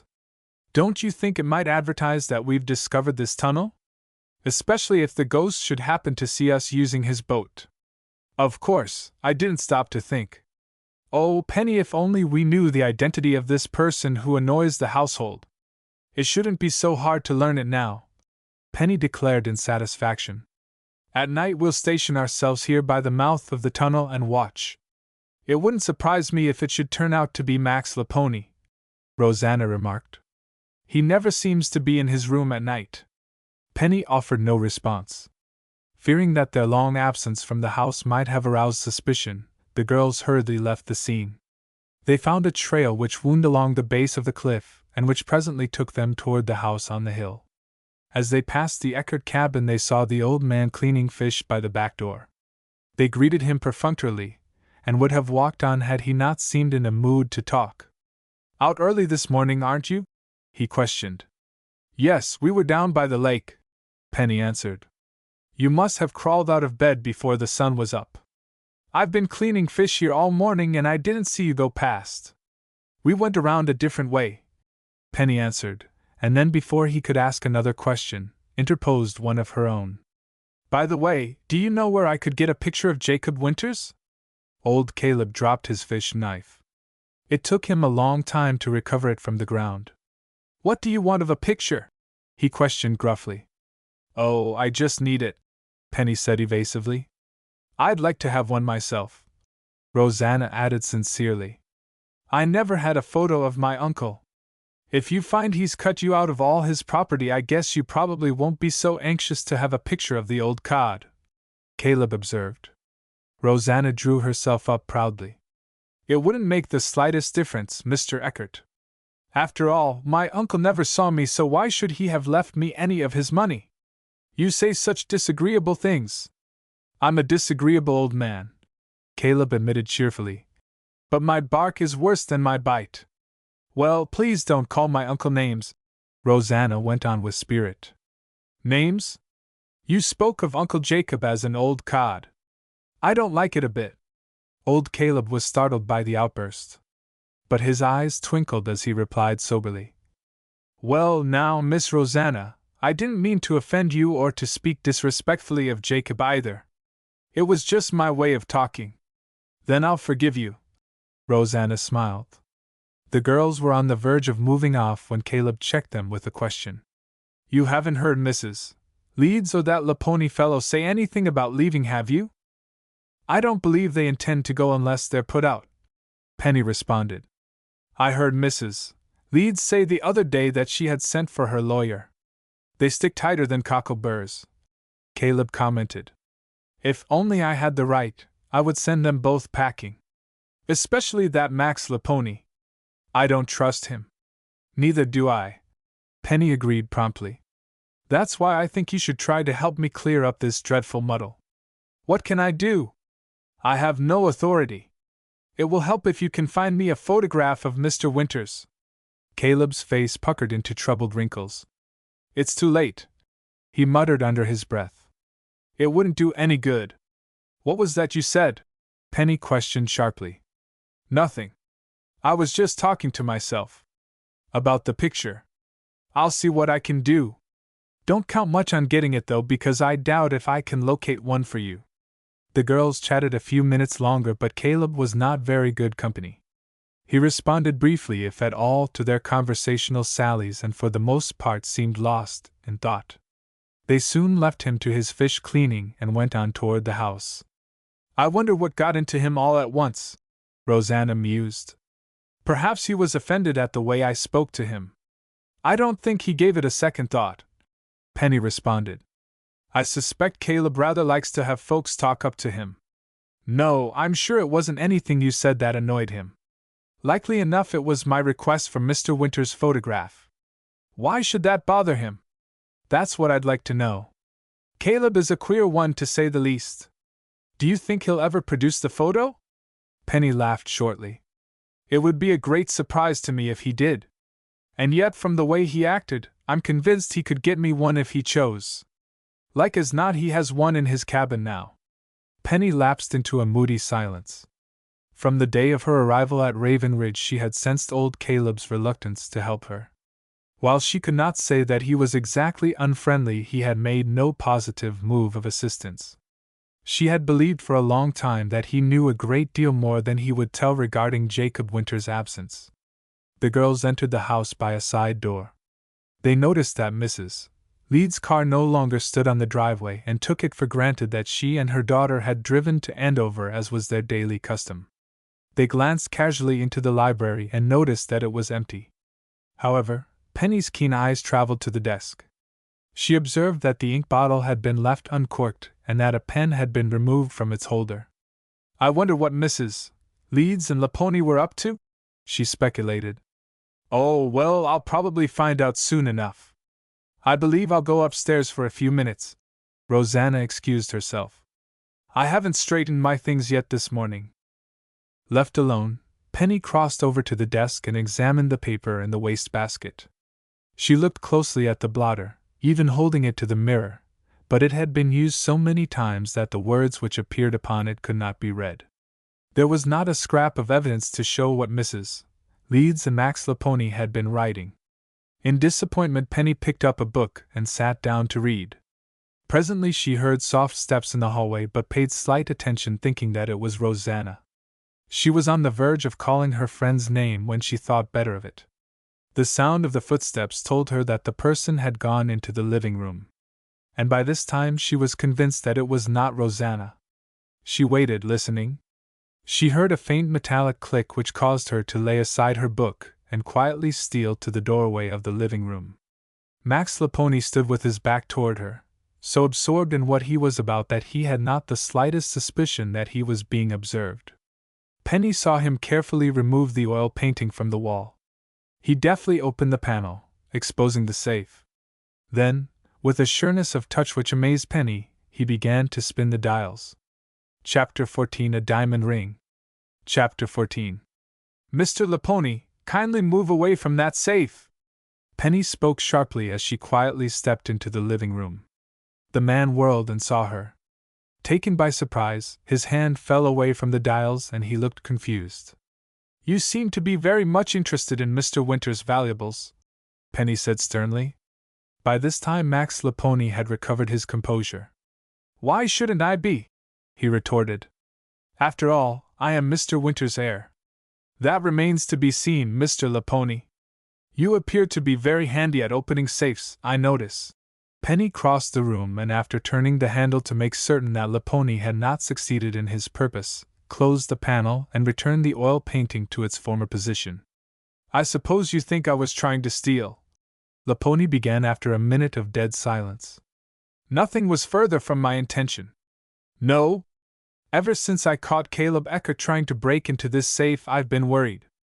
Last night I saw him prowling around the house after dark, and it made me uneasy. I was afraid he would make another attempt to steal Mr. Winter's valuables. So you thought you would just beat him to it? Penny retorted sarcastically. Certainly not. When you entered the room, I was merely inspecting the safe to make certain that it was securely locked. Penny could not refrain from smiling. She did not believe a word of what Max Laponi was telling her. That safe seems to be the real attraction of this house, she remarked. I've suspected for some time that it contains Mr. Winter's ivory collection. If Max Laponi were taken aback, he did not disclose it. But he eyed Penny shrewdly. You're a smart little girl. Too smart to go around making trouble for yourself. Now if you're wise, you'll team up with me and I'll promise you that you'll come out at the top of the heap. Just what is your proposition? Penny asked quickly. Max Laponi was too alert to place himself in any trap. If you're willing to follow my orders, I'll promise you that when I come into my fortune you'll be well paid. And what are your orders?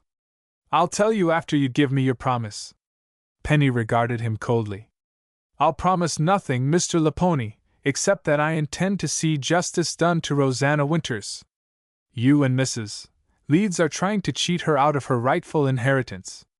She'll never get a cent. If you had an ounce of sense, you'd ditch her and come in with us. It's all fixed. Fixed? Penny tripped him. And by US I imagine you mean Mrs. Leeds? You're both hatching some scheme to defraud Rosanna. Laponi smiled impudently. Well, don't say I didn't give you your choice, Miss Nichols. It is your decision to have no share in the spoils? It is. Laponi's face darkened slightly. As you wish, Miss Nichols. But let me give you a little warning. Keep your nose out of my affairs or it will be the worse for you. He turned and walked from the room. A minute later Penny saw him leave the house by the side door. If he thinks he can frighten me with a threat, he has another guess coming, she thought indignantly. For 2 cents I'd call in the police. Upon second consideration she decided that such a move would not be wise. After all, she had no real evidence against Laponi.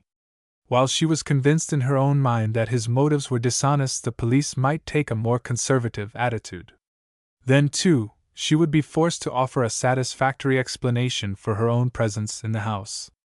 Laponi is after something more valuable than a will, Penny mused as she stood at the window watching his car vanish down the driveway. Her eye wandered to the oil painting on the wall. She felt certain that the safe which was screened beneath it guarded Mr. Winter's collection of ivory. And from the expression of Laponi's face when she had mentioned her belief, she was sure that he shared the same conviction. He practically admitted he was involved in some scheme to defraud Rosanna, she thought. I can't help feeling he's a crook even if he is a relative of Mr. Winter's. I wish I dared search his room for evidence. The more she considered the idea, the greater became its appeal. Probably Laponi would not return to the house for at least an hour. She would have ample time. Still, the undertaking would be a risky one and not at all to her liking. I suppose a professional detective wouldn't feel squeamish about entering another person's room if the case demanded it, she encouraged herself. Laponi practically admitted his guilt. That was because he thought I couldn't do anything about it. Maybe I'll show him. By this time Penny's mind was made up. Quietly she stole up the stairway. In the upper corridor she paused to listen for a minute. Everything was still. Penny tiptoed down the hall to Max Laponi's room. She tried the door. It was locked. That's funny, she thought. He must keep something inside that he's afraid to have folks see. She was more eager than before to search the room. But with the key gone it seemed out of the question. Then Penny's face lighted as she recalled the empty bedroom adjoining the one occupied by Laponi. It was possible that they might have a connecting door. Looking carefully about to make certain that she was not under observation, she moved on down the hall and tried the next door. To her delight it opened. She entered the dusty chamber, gazing quickly about. She was disappointed to see that the 2 bedrooms had no connecting door. However, when she walked to the window and raised it, she noted a wide ledge which ran the length of the building. If only I dared lower myself to it I could reach Max Laponi's room, for the ledge is only a few feet below from his window, she reasoned. Penny decided that the chance was worth taking. She naturally was athletic and had confidence that she could maintain a foothold. Lowering herself to the ledge she flattened herself to the wall of the house and moved an inch at a time toward the next window. It was a long fall to the ground. Penny did not dare glance downward. Although the distance between the 2 windows was not more than 12 feet, it seemed an age until her hands clutched the sill. As she pried at the window a sudden fear assailed her. What if it too were locked? The window had only stuck a little. A quick jerk brought it up. By sheer strength of muscle, Penny raised herself to the level of the sill, swinging her feet through the opening. I must work fast, she told herself, glancing appraisingly about. I'd not care to be caught here. Her attention was drawn to Max Laponi's open suitcase which had been left carelessly on the bed. Crossing over to it she began to explore the contents systematically. My hunch about Laponi may have been wrong, she thought uncomfortably as the search revealed nothing of interest. Just then her hand touched something hard and cold. Penny knew instantly that it was a revolver. She was not afraid of firearms for her father had taught her to shoot. Carefully she inspected the weapon. All this heavy artillery must have been brought here for a purpose, she reflected grimly. It's clear Laponi is out to get what he wants by one means or another. After an instant's hesitation, Penny placed the revolver on the table. She had decided to take it with her when she left. Things in this house are fast approaching a crisis, she reasoned. Before I get through, I may need that weapon myself. Save for an inner pocket in the suitcase, Penny had completed her inspection. She ran her hand into the cloth pouch and brought to light several papers. Rapidly she went through them. Suddenly she uttered a cry of delight. She had discovered the letter which Max Laponi claimed had been sent him by the same lawyer who had notified Rosanna of her newly inherited fortune. Although Laponi, upon his arrival at Raven Ridge, had flourished the document, he had permitted no one to inspect it closely. Now, as Penny read the letter carefully, she recalled that the wording was identical with the message which Rosanna had received. Closely she studied the salutation, holding the paper to the light. I believe the name has been changed, she exclaimed. Max Laponi has cleverly removed Rosanna's name and substituted his own. This must be the letter which Rosanna lost. It occurred to her that the man doubtlessly had found the missing key as well. She again ran her hand into the cloth pocket and triumphantly brought it forth. He's nothing but a rank impostor, she told herself. I'll keep this letter as evidence against him, and the key will come in handy too. Penny hastily rearranged the suitcase as she had found it and prepared to depart. The search had well repaid her for her efforts, but it had taken longer than she had intended. However, as she crossed the room toward the window, she noticed a number of small objects spread out over the dresser and could not resist pausing to inspect them. They held her interest only briefly. She turned away again, but as she moved off, a button on her sleeve caught in the lace work of the runner which covered the dresser top. It pulled awry, and Penny paused to straighten it. As she rearranged the piece, her fingers touched a small hard object on the underside. Her curiosity aroused, she turned back the runner and looked beneath it. There lay a diamond ring. A diamond! She exclaimed. As big as a house, too. It's evidently been hidden here by Max Laponi. She picked it up and examined it, reflecting that somewhere she had seen a similar piece of jewelry. She was certain the diamond was not an imitation, for it sparkled brightly. However, she had no opportunity to give it more than a hasty glance, for she was startled to hear footsteps coming down the hall. Max Laponi may be coming back, she thought nervously. Leaving the diamond ring where she had discovered it, she hastily rearranged the dresser cover. With her newly acquired evidence, she darted to the window and lowered herself to the outside ledge. Chapter 15 Penny's Evidence. Chapter 15. The bedroom door opened and Max Laponi entered. Penny Nichols had lowered herself to the narrow ledge not an instant too soon. There had been no time to pull the window down after her. As she heard the man walk across the room, she huddled fearfully against the wall, feeling certain that he would notice the open window immediately. Her position was a precarious one. She dared not move lest even a slight sound betray her to the man inside. On the other hand, it was doubtful how long she could remain where she was without losing her footing. She knew that if she once glanced downward, her courage would fail her. Penny could hear Laponi muttering to himself. I thought I left that window down, she heard him say. If anyone has been in here. He crossed to the bed and ran his hand under the pillow. Penny peeped through the window just as he removed a shiny object. Another revolver, she gasped. That's one I missed. The sight of the weapon seemed to reassure Laponi, for he appeared relieved. He next crossed over to the bureau and searched for the diamond ring. Penny was very glad that she had not touched it. I guess everything is the same as I left it, the man muttered to himself. Still, I'd have sworn I left that window down. As Penny huddled flat against the wall, he moved over toward it. She held her breath, waiting. Would he look out? If he did, then all was lost. Laponi stood for some minutes at the open window, seemingly absorbed in his thoughts. Then he abruptly slammed it down and turned away. That was a narrow escape, Penny congratulated herself. If I ever get out of this mess, I'll take care not to get myself into another position like it. She cautiously crept along the ledge until at last she was able to stretch out her hand and grasp the sill of the next window. After pulling herself through, she quietly closed it behind her.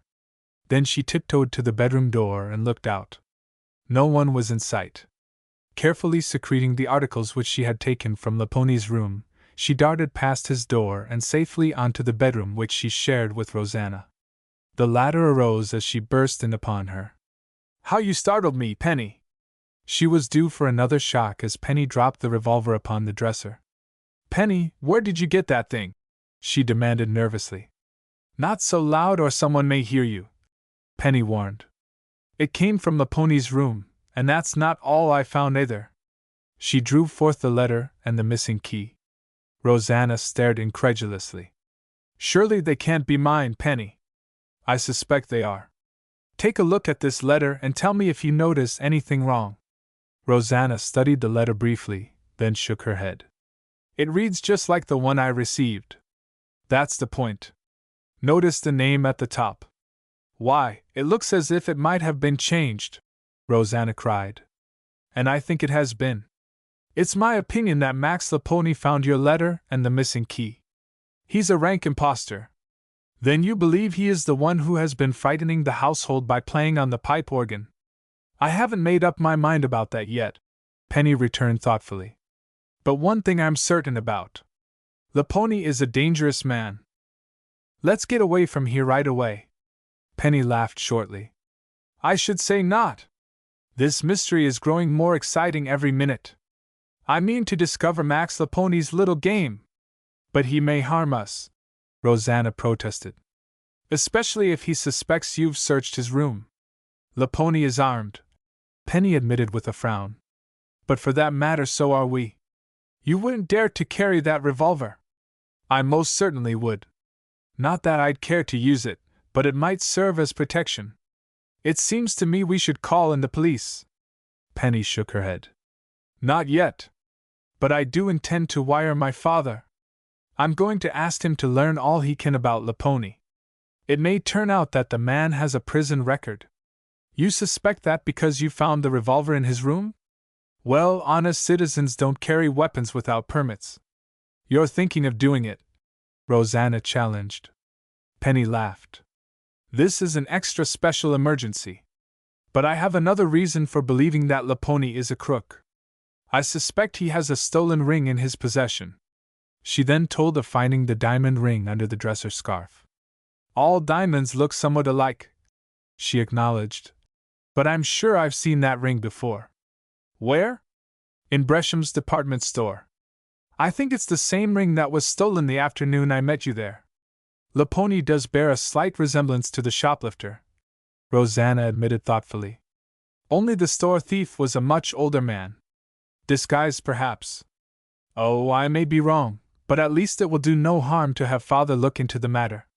When he gets your wire, Penny, he'll probably be so alarmed that he'll send word for you to start back to empty Ashland at once." "Not Dad. He'd rather catch a crook than eat. I'm sure he'll help me.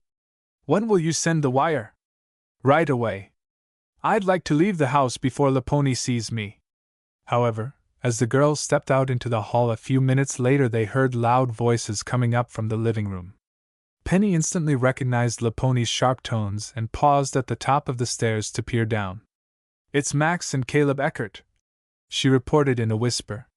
"My, what a quarrel they're having!" The girls listened for a minute, but the voices of the two men died to a low murmur, and they could distinguish only an occasional word.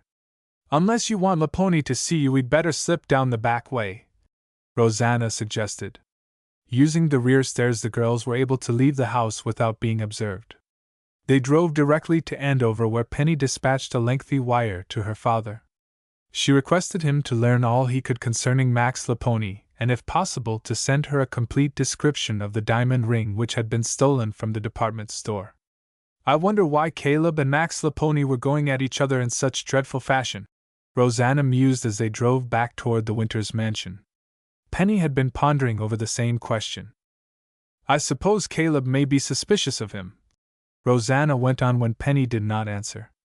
"Possibly. Old Caleb hasn't acted too honestly himself, Rosanna." "I know he hasn't. He doesn't like to answer questions, and his interest in Mr. Winters' safe is rather puzzling. It seems to me that everyone at Raven Ridge acts queerly." "Including me?" Penny teased. Rosanna laughed and squeezed her arm affectionately. Of course I don't mean you. You've been wonderful and I'll never be able to repay you for all you've done. Nonsense, so far I've accomplished exactly nothing. But I have a feeling that before another 24 hours elapse things are going to start breaking for us. I hope so, Rosanna sighed. Neither Max Laponi nor Caleb Eckert were in the living room when the girls returned to the house. Alicia was reading a book by the fireplace, but at sight of Penny and Rosanna she coldly withdrew. I'm glad she's gone. Penny smiled. It clears the atmosphere. Must we stay here tonight? Rosanna asked. Couldn't we go to a hotel and come back in the morning? Since I know that Max Laponi. She broke off as Penny shot her a warning glance. Even the walls seem to have ears in this house, Rosanna. Come outside and we'll do our planning there. They went out into the yard and sat down on a stone bench. I know I'm a dreadful coward, Rosanna acknowledged. Only I'm so afraid something terrible is about to happen. Now don't let your nerves get the best of you, Penny advised kindly. I shouldn't have shown you that revolver I found in Laponi's room. You haven't been the same since. It wasn't just the revolver. It's everything. Penny was silent for a moment. Then she said quietly, I don't blame you for feeling the way you do. Perhaps we are taking a chance to remain here tonight. I shouldn't do it, only I feel that it will give me an opportunity to clear up the mystery. But if you suspect Max, I do suspect him of a great many things, but I'm not certain of his game yet, Rosanna. Besides, I must have absolute proof before I dare notify the police. Tonight I intend to watch the mouth of the tunnel. I can't permit you to do it by yourself. If you insist on taking such a chance, I'll go with you. Penny remonstrated, but at length it was agreed that shortly after nightfall the two would steal down to the lake's edge and lie in wait at the mouth of the tunnel for the mysterious ghost to appear. For a long time the two girls sat staring out across the lake, each absorbed with her own thoughts. What would the night bring forth? I believe I'll walk down to Caleb Eckert's cabin and chat with him for a few minutes, Penny remarked a little later as her companion arose from the bench. Want to come along? No, I think I'll go inside. The air is growing chilly and my sweater is upstairs. I'll be glad to wait for you. If you don't mind, I believe I'll just rest. You go on alone? You really don't mind? Of course not. But I doubt if you'll find Caleb at home. He usually goes fishing about this time of day. Well, I may as well see anyhow. I want to ask him about that picture of Jacob Winters. I intend to keep annoying him until he gives me a satisfactory answer. As Rosanna returned to the house, Penny walked swiftly in the direction of the cabin. I'm only wasting my time, she thought. Caleb has no intention of ever producing that photograph. Penny rapped on the door, noticing that it was partly ajar. There was no response. She knocked a second time. Far out on the lake she could see a small rowboat with one lone fisherman. No doubt it was Caleb, she decided. She started away from the cabin, then abruptly halted as she was struck with a sudden thought. With Caleb out on the lake she would have an excellent opportunity to search his shack for the photograph of Jacob Winters. She felt convinced she would find it there. Entering people's private quarters seems to be a bad habit of mine, she chuckled. Still, it's all in a good cause. Penny surveyed the lake again. The rowboat was nearly out of sight. After a moment of indecision, she pushed open the cabin door and entered. Caleb had left everything in a clutter, and she scarcely knew where to begin her search. She looked in the desk and in several table drawers. She searched in the magazine rack and even in the kitchen cupboard. She was growing discouraged when she finally opened a closet and peered up at the high shelves. Far above her head was a stack of old papers. Although Penny had given up hope of finding the picture, she brought a chair and, climbing up on it, took down the papers. As she lifted the stack, an object which had been lying on the shelf was brushed to the floor. She bent down to pick it up. To her amazement and delight it was a photograph. She stared in disbelief at the man's face and then turned the photo over to read what had been written on the back. Jacob Winters. And Caleb told me he didn't know where he could get a photograph, Penny thought indignantly. All the time he had this one hidden here on the shelf. Why, I'm positive this picture came out of the album Rosanna and I found. Very likely Caleb tore it out himself. Hastily replacing the papers on the shelf, Penny tucked the photograph into her pocket and prepared to leave the cabin. She was highly elated over her discovery. This will prove quite a valuable addition to my collection of evidence, she chuckled. No wonder Caleb was afraid to have me see it. Chapter 16 Mrs. Leeds' Strategy. Chapter 16. Penny was highly jubilant as she walked rapidly toward the house on the hill. The day had been an unusually successful one for her, and with the photograph of Jacob Winters in her possession, she felt that it would only be a matter of time until the mystery was solved. But I must act quickly or it may be too late, she thought. Drawing near the house, she saw Rosanna hurrying to meet her. Penny quickened her step as she observed that the girl appeared greatly agitated. "Oh, Penny!" Rosanna gasped. "Mrs. Leeds has locked me out of the house." "What?" "When I tried to get in after leaving you a few minutes ago, she met me at the front door. She said I couldn't come in because the house and everything surrounding it belongs to her now." Penny laughed shortly. "She's been saying that ever since she came here." "I know, but this is different, Penny. She has the will to prove it." "The will?" "Yes, she showed it to me. And it's true. My uncle left all his property to her." "And where did she claim to have found this document?" Penny asked. "Why, somewhere in the house. I was so upset I didn't think to inquire. Now that I know Uncle Jacob left everything to her, I shall leave at once." Penny caught Rosanna by the arm. "Don't be in too much of a hurry to get away," she advised. "It may be that Mrs. Leeds' claims are false. But I saw the will for myself. Perhaps it was forged." "I never thought of that," Rosanna gasped. "Do you think she would resort to such a trick?" "I believe she'd do almost anything to gain a fortune." Penny had been thinking swiftly. She recalled the secretive actions of Mrs. Leeds and Max Laponi when they were closeted together in the library. They had been engrossed in writing a document of some sort. Doubtless it was the will which Mrs. Leeds now claimed to have found. Penny's face puckered into a worried frown. Mrs.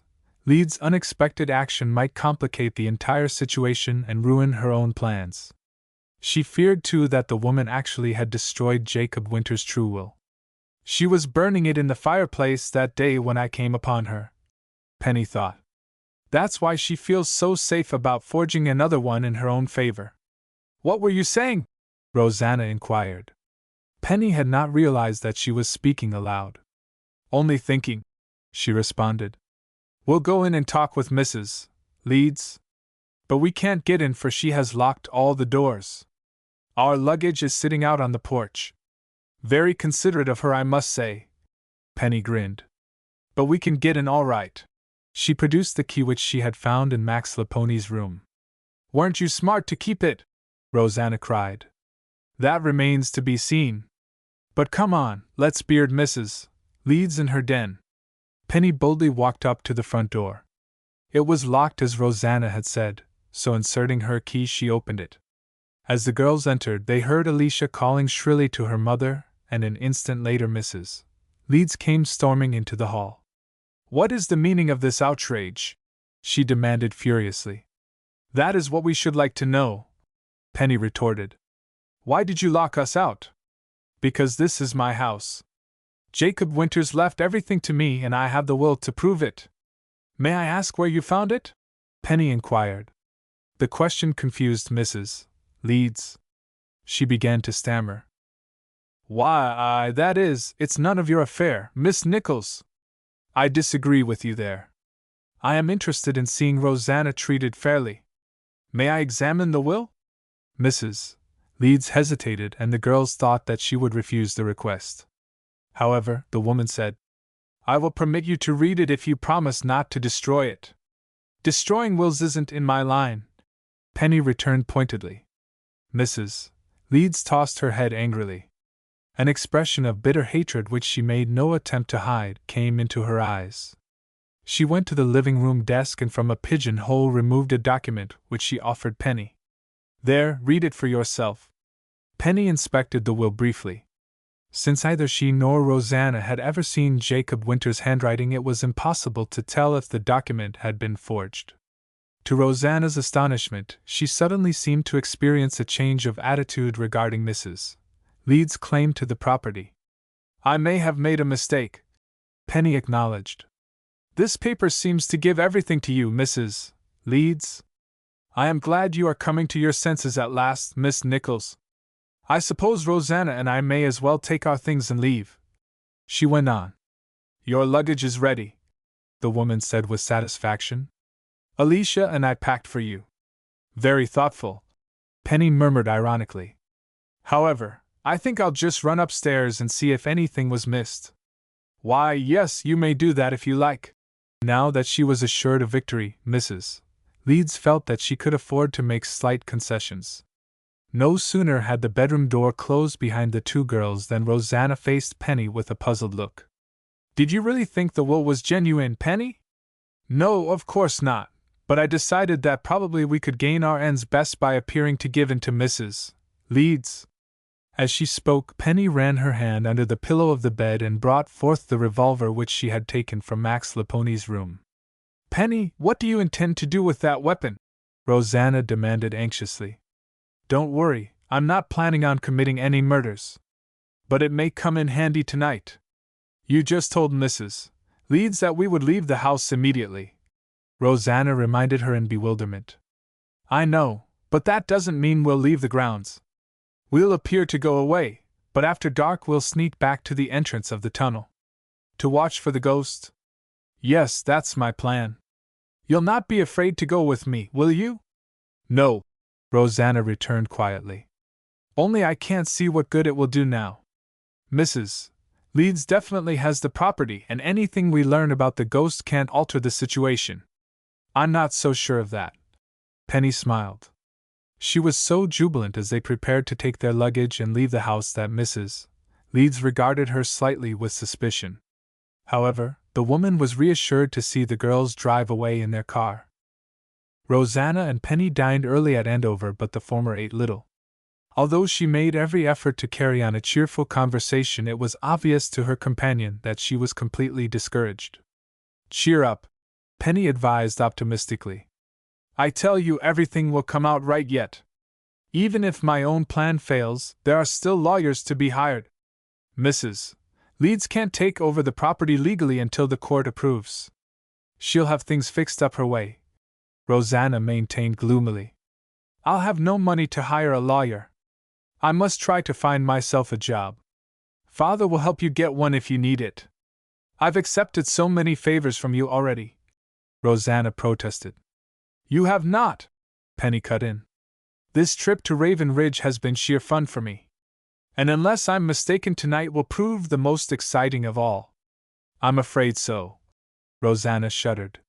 She glanced curiously at her companion. She could not understand Penny's eagerness to return to the mouth of the tunnel. In her own opinion, the mysterious ghost was none other than Max Laponi, and she had no desire to encounter him again. "Do you still want to go through with the plan?" she inquired doubtfully. "I certainly do. I'd never feel satisfied if I left Raven Ridge without solving the mystery. It's about time we start for the tunnel, too." They left the restaurant, returning to Penny's car, which had been parked outside. "Probably our friend the ghost won't put in an appearance much before midnight," Penny remarked as they drove slowly toward Raven Ridge. "But it will be wise, I think, to allow ourselves plenty of time to find a good hiding place." It had grown dark, and the girls were pleased to note that heavy clouds would hide the moon and stars. Some distance from the Winters' house, they parked in a dense thicket near the road. Before alighting, Penny removed a small package from the side pocket of the car. "What's that?" Rosanna asked curiously. "Dynamite," Penny chuckled. "Dynamite! In the form of evidence. Unless I'm mistaken, this little package will produce some startling results. You're talking in absolute riddles. Just be patient and you'll soon know what I mean," Penny declared teasingly. "I tell you now, only it would ruin the surprise." She locked the automobile, and afoot they quietly stole down a steep, winding trail which led to the entrance of the old mine. Chapter 17: The Man in the Boat. Chapter 17. Penny and Rosanna approached the mine entrance cautiously, fearing that someone in the vicinity might observe their movements. However, the place seemed deserted. "The rowboat is gone," Penny commented as she pulled aside a clump of bushes to survey the spot where it had been hidden. "Why, it is.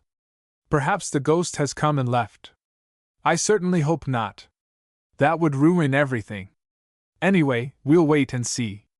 It's early yet." After investigating the shoreline thoroughly, they found an excellent hiding place in a dense thicket not far from the entrance to the mine. Then they settled themselves to wait. "What time is it?" Rosanna yawned. "Only a little after 9. We'll have a long siege of it." The night was cold and damp. Although both girls had worn sweaters, they soon grew uncomfortable and huddled close together for warmth. Rosanna tried not to show her nervousness, but even the screech of an owl startled her. She was aware of every sound, and any unusual movement caused her to grow tense. "You'll be a wreck long before midnight," Penny declared. "We're armed and there's nothing to fear." Rosanna made a supreme effort to relax, but it was not until several hours had elapsed that she began to grow accustomed to her surroundings. Penny, on the other hand, found it difficult to remain awake. At first she riveted her attention upon the lake, but as there was no evidence of a boat, soon lost interest. For a time she watched the twinkling lights at Raven Ridge, but one by one they disappeared until the old mansion on the hill was cloaked in darkness. "Now that the household has gone to bed, our ghost should be starting in on his night's work," she remarked hopefully to Rosanna. Another half-hour dragged by. Still no one came. Even Rosanna found it increasingly difficult to fight off drowsiness. "I don't believe the ghost is coming tonight," she declared. "It begins to look that way. But perhaps it's still too early. Surely it can't be any more than midnight. It seems later than that." Rosanna sighed. "My back is nearly broken." A few minutes later, from far over the hills, the girls heard the faint chiming of a town clock. They counted 12 strokes. Minutes passed, and still there was no sign of any visitor. At length, Penny arose to stretch her cramped limbs. "I thought I heard something just then," Rosanna whispered tensely. Penny stood listening. "You're right. I can hear oars dipping in and out of the water. It must be a boat coming this way." Peering out through the bushes, the girls surveyed the lake. It was too dark to distinguish objects, but they distinctly could hear the rhythmical splash made by the moving oars. "See anything?" Penny demanded. "Not yet. Oh, yes, now I do. It is a boat, Penny. And it's heading right for this spot. Let's creep a little closer to the opening of the tunnel." Stealthily they changed positions, but remained well hidden by a screen of bushes. The boat by this time had drawn into the tiny cove. However, the night was so dark that neither of the girls was able to distinguish the features of the man who crouched in the stern. He beached the boat and carefully drew it up into the bushes. Next he lighted a lantern, but his back was toward the girls and they did not see his face. "Who can it be?" Rosanna whispered. Penny gripped her companion's hand as a warning to remain silent. The man with the lantern looked quickly about, and then moved swiftly into the mouth of the tunnel. "We must follow him," Penny urged. They waited a minute, then noiselessly stole from their hiding place. As they peered into the dark mine tunnel, they could see a moving light far ahead. Fearing that they might lose sight of the man, the girls hastened their steps. They did not walk as quietly as they imagined, for soon the man ahead paused. With one accord, Penny and Rosanna froze against the tunnel wall. As the man turned to look back, the light from the lantern shone full upon his face. It was Caleb Eckert. Rosanna and Penny remained flat against the wall, scarcely daring to breathe. Would they be seen? Apparently satisfied that no one was behind him in the tunnel, Caleb turned and walked slowly on. "That was a narrow escape," Penny whispered. "He nearly saw us." Rosanna was a trifle shaken. She had not expected to see Caleb Eckert. "I suspected it several days ago, but I wasn't absolutely certain," Penny told her. "But what purpose can he have in playing such pranks?" Rosanna asked in bewilderment.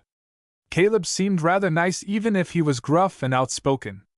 I never dreamed he'd resort to anything like this." "Don't take it so hard," Penny advised. He may have a reason for what he is doing. The light had disappeared. The girls hurriedly moved on, fearing that they might lose sight of the old man entirely. With nothing to guide them, it was difficult to find their way.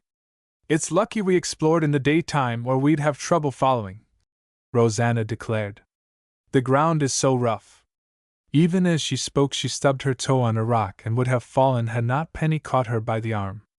They came presently to the first flight of stairs and were relieved to glimpse the lantern far above them. Taking care to keep out of range of the beam, they followed through the narrower passage to the second flight of steps. By this time the girls were positive that Caleb intended to enter the house by means of the secret panel. At the risk of detection, they drew a little closer. Caleb paused at the head of the stairs to listen for a moment. Then he blew out his lantern. Sensing that the old man would unlock the panel, Penny stole forward. She was just in time to see a section of the wall drop down. Caleb passed through the opening, and with a click the panel closed behind him. "Now what shall we do?" Rosanna demanded. "We're locked in here the same as we were before." "I think I saw the place where he pressed the wall," Penny whispered. "I was watching closely." For several minutes she groped about in the dark. At last her fingers touched a small knob. "I believe I've found it," she proclaimed triumphantly. As she was on the verge of turning the knob, she stayed her hand. With Caleb in the organ room, he would be certain to see the panel open. There was danger, too, that he might return at any instant to find them crouching at the head of the stairs. "Shouldn't we turn back?" Rosanna whispered nervously. "Let's wait until he begins to play the organ." They listened expectantly. Minutes passed, but not a strain of music did they hear. "That's queer," Penny murmured. "I'm sure Caleb is the one who has been disturbing the household with his ghost music. Why doesn't he play as he's always done before?" They both knew that the wall was not soundproof. For that matter, they could hear old Caleb walking about in the room. "He must be up to new tricks tonight," Penny whispered. "He'll be coming back here any minute. Let's get away before he catches us." Penny was reluctant to leave, for it struck her that Caleb Eckert had come to the Winters house for a different purpose than that of his usual nightly visit. She was curious to learn what it was. "Listen," she warned, as they heard a strange noise from within. "It sounded like a door closing," Rosanna declared. "That's exactly what I think it was. Caleb must have gone out of the room. We'll be safe in entering now." To make certain, she listened for a few minutes, but there was no sound of movement from within. Convinced that the coast was clear, she groped about for the knob which opened the panel. It turned in her hand. She heard a sharp metallic click, and almost before she was prepared for it, the panel swung open. It closed again before either of the girls could recover from their surprise. However, Penny turned the knob a second time, and as the section of wall swung back, both girls stepped through into the room. As they had expected, it was deserted. "Where do you suppose he went?" Rosanna murmured. They tiptoed to the outside door and softly opened it. The hall was dark. At first they could distinguish nothing. Then Penny noticed that the door opening upon the second-floor corridor was ajar. "He went downstairs," she whispered. "Let's find out what he's up to." The stairs creaked alarmingly as they crept down to the second floor.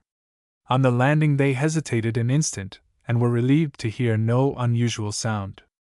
They peered into the long corridor and saw that it was empty. Caleb was nowhere to be seen. "Perhaps he brought another bat from Mrs. Leeds' room," Rosanna suggested, glancing toward the chamber which the woman shared with her daughter. The door, however, was tightly closed. The one at the other end of the hall, which opened into Max Laponi's room, was slightly ajar. Rosanna and Penny failed to notice. Somewhere on the lower floor a board creaked. The two girls moved noiselessly to the stairway and looked down over the banister. Even Penny was unprepared for the sight which greeted her eyes. Caleb Eckert was working at the dials of the living room safe. Chapter 18: A Daring Theft. Chapter 18. Old Caleb had relighted his lantern, and in its dim yellow glow the girls could make out every detail of the center hall and living room. In astonishment they watched the man spin the tiny dials of the safe. He manipulated them with a speed and skill which was amazing. Why, I do believe the scoundrel intends to steal Mr. Winter's valuables, Rosanna whispered with growing anger. We can't let him do that. With one accord they tiptoed down the long spiral stairway to the center hall. For a minute they were exposed to view, but Caleb was so absorbed in what he was doing that he did not even glance up. Hiding behind a heavy velvet curtain which partially screened the arched door of the living room, the girls watched. Twice Caleb tried without success to open the safe. Although his movements were deft, and sure it was obvious that he had made some slight mistake in the combination. Each time he failed he grew more impatient. They could see his hand shake. Drat it all! They heard him mutter to himself. That's the right combination. It ought to open. At length the old man's efforts were rewarded. As he manipulated the dials for the third time there was a significant click from within the safe. Chuckling to himself, Caleb turned the handle and swung open the steel door. Save for a long metal box, the safe was empty. In the act of reaching for the container, Caleb suddenly wheeled. The girls were startled at the action, for they had heard nothing. After looking searchingly about the room, the old man apparently was satisfied that he was alone. With an uneasy laugh he again turned his attention to the safe. Guess I'm getting a mite jittery, he muttered. I was positive I heard someone behind me just then. He thrust his hand into the safe and drew out the box. With fumbling fingers he unfastened the lid. A smile illuminated his wrinkled face as he regarded the contents. Still here, safe and sound. I was a little afraid. Without finishing, he lifted an object from the box and held it in the light. It was a tiny figure made of purest ivory. Penny and Rosanna exchanged a swift glance. They knew now that the box contained Jacob Winter's priceless collection of ivory pieces. After staring at the little figure for a minute, Caleb carefully replaced it and closed the box. He then locked the safe and returned the oil painting to its former position on the wall. Stop him now, or it will be too late, Rosanna whispered tensely. Before Penny could act, there was a slight movement at the opposite end of the living room. The girls were horrified to see a closet door slowly open. Caleb's back was turned. Oblivious of danger, he bent down to pick up his lantern. From within the closet a man was regarding Caleb with cold intensity. He held a revolver in his hand. Rosanna, terrified at the sight, would have cried out a warning, had not Penny suddenly placed her hand over the girl's mouth. Max Laponi, a cynical, cruel smile upon his angular face, stepped out into the living room, his revolver trained upon Caleb. Much obliged to you for opening the safe, Mr. Eckert, he said coolly. You saved me the trouble. Caleb wheeled and instinctively thrust the metal box behind his back. The gesture amused Laponi. He laughed harshly. I guess you weren't quite as clever as you thought you were, Caleb. Hand over the ivories and be quick about it. You're nothing but a crook, the old man cried furiously. Hand over the ivories if you value your life. Instead of obeying the order, Caleb slowly retreated toward the door. Max Laponi's eyes narrowed dangerously. I don't want to shoot an old man, but if you force me. Don't shoot, Caleb quavered. I'll give up the ivory. Good. Now you're acting sensibly. Drop the box on the table and raise your hands above your head. Slowly, Caleb complied with the order. Laponi moved with cat-like tread across the floor and snatched up the box.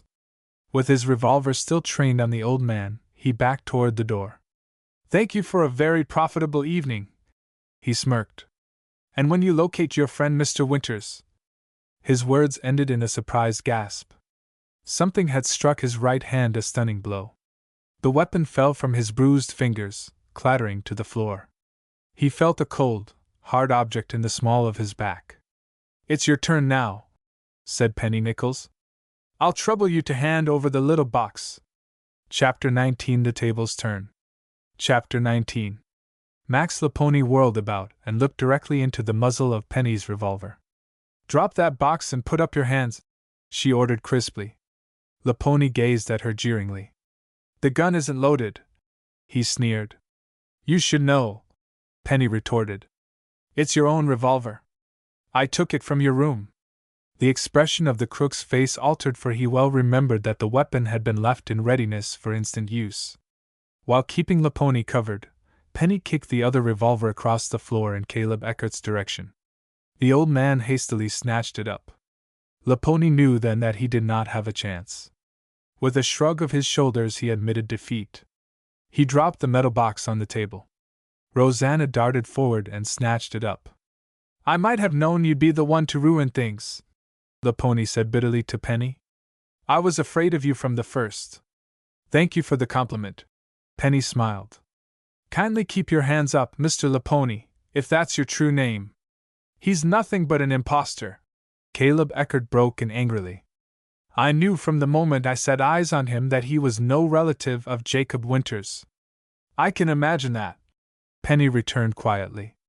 "But when explanations are in order, I think you'll need to clear up a few points yourself." The old man looked confused. However, before he could answer, footsteps were heard on the stairs. Mrs. Leeds, wrapped in her bathrobe, came hurrying into the room. She had been disturbed by the sound of voices. "Penny Nichols!" she cried furiously. "What are you doing in my house?" Then she noticed the revolver and recoiled a step. "What is the meaning of this?" she demanded. "Mr. Laponi, has this girl lost her senses?" "Apparently she has," the man sneered. "She claims I came here to steal that box while I was only trying to keep Caleb from making off with it." "Release Mr. Laponi at once," Mrs. Leeds ordered haughtily. She glared at Caleb. "I always did distrust that man." "Our dislike was mutual," Caleb retorted. "You are a grasping, selfish woman and your daughter is a chip of the old block." "How dare you!" Mrs. Leeds choked in fury. "Get out of this house, you meddlesome old man, or I'll have you arrested." Penny was actually enjoying the scene, but now she decided to put an end to it. "This little farce has gone far enough," she announced, turning to Caleb. "Tell them who you are, Mr. Eckert." The old man nodded. Eyeing Mrs. Leeds with keen satisfaction, he exploded his bombshell. "I am Jacob Winters." Mrs. Leeds gasped in astonishment, and even Max Laponi looked dazed. Of the entire group, only Rosanna appeared pleased. Yet she too recalled that at times she had spoken with embarrassing frankness to the old man. "I don't believe it," Mrs. Leeds snapped when she had recovered from the first shock. "It's another one of your trumped-up stories." "He has no proof," Max Laponi added. "If he hasn't, I have," Penny interposed. She took the small package from her dress pocket, giving it to Rosanna to unwrap for her. "Why, it's a photograph!" the girl exclaimed. "It's of you, Mr. Eckert, taken many years ago. Look on the back," Penny directed. Rosanna turned the picture over and read the bold scrawl. "Jacob Winters, on the occasion of his 50th birthday." "That's all the proof I need," Rosanna cried, her eyes shining. "You are my uncle, aren't you, Mr. Eckert? This isn't another of your jokes?"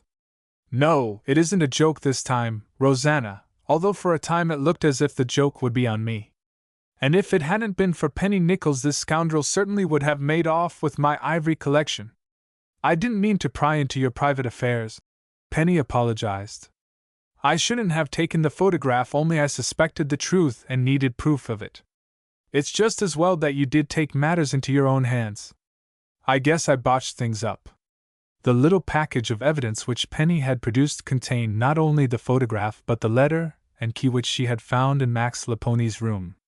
Penny now directed attention to the signature appearing at the bottom of the letter. Compared with the writing on the back of the photograph, "They're identical," Rosanna declared. "Then Caleb Eckert wrote those letters himself," Mrs.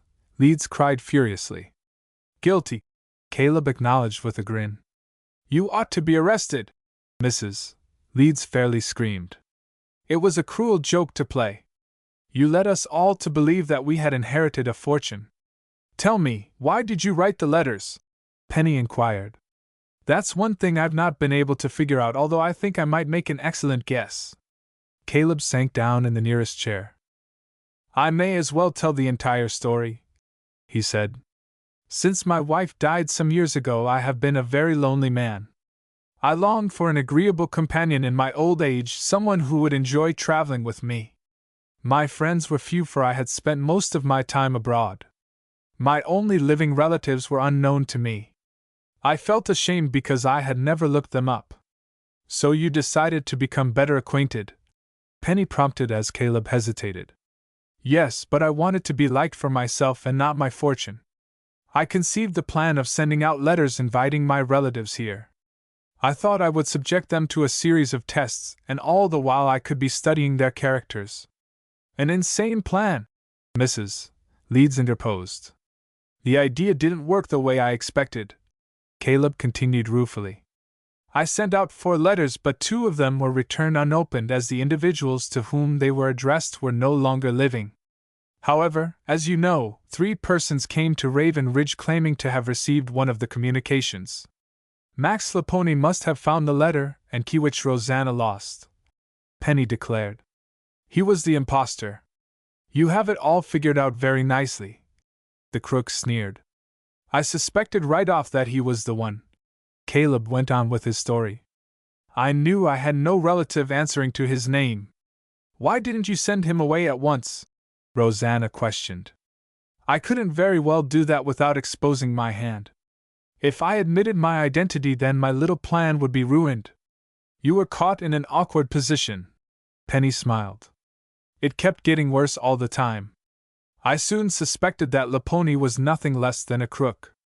When I discovered that he knew the ivory collection was in the house, I decided to remove it from the safe. That was the day I came upon you when you were trying to open it, Penny recalled. Yes, but Laponi was prowling about the house, and it was my bad luck that he happened in upon me at exactly the wrong time. Of course, he guessed instantly that the ivories were locked in the safe. After that, I decided to get rid of him at any cost. I had a talk with him, but even threats did no good. Why didn't you call in the police? Penny asked. Surely they would have provided you with protection. I thought I would make one more effort to get the ivories from the safe. Then if I failed, I intended to admit my identity and send for help. I might have done it sooner, only the police commissioner and I once had a little trouble, nothing serious. It was an argument over a tract of land. Still, I knew he'd enjoy making me look ridiculous if ever he learned what I had done.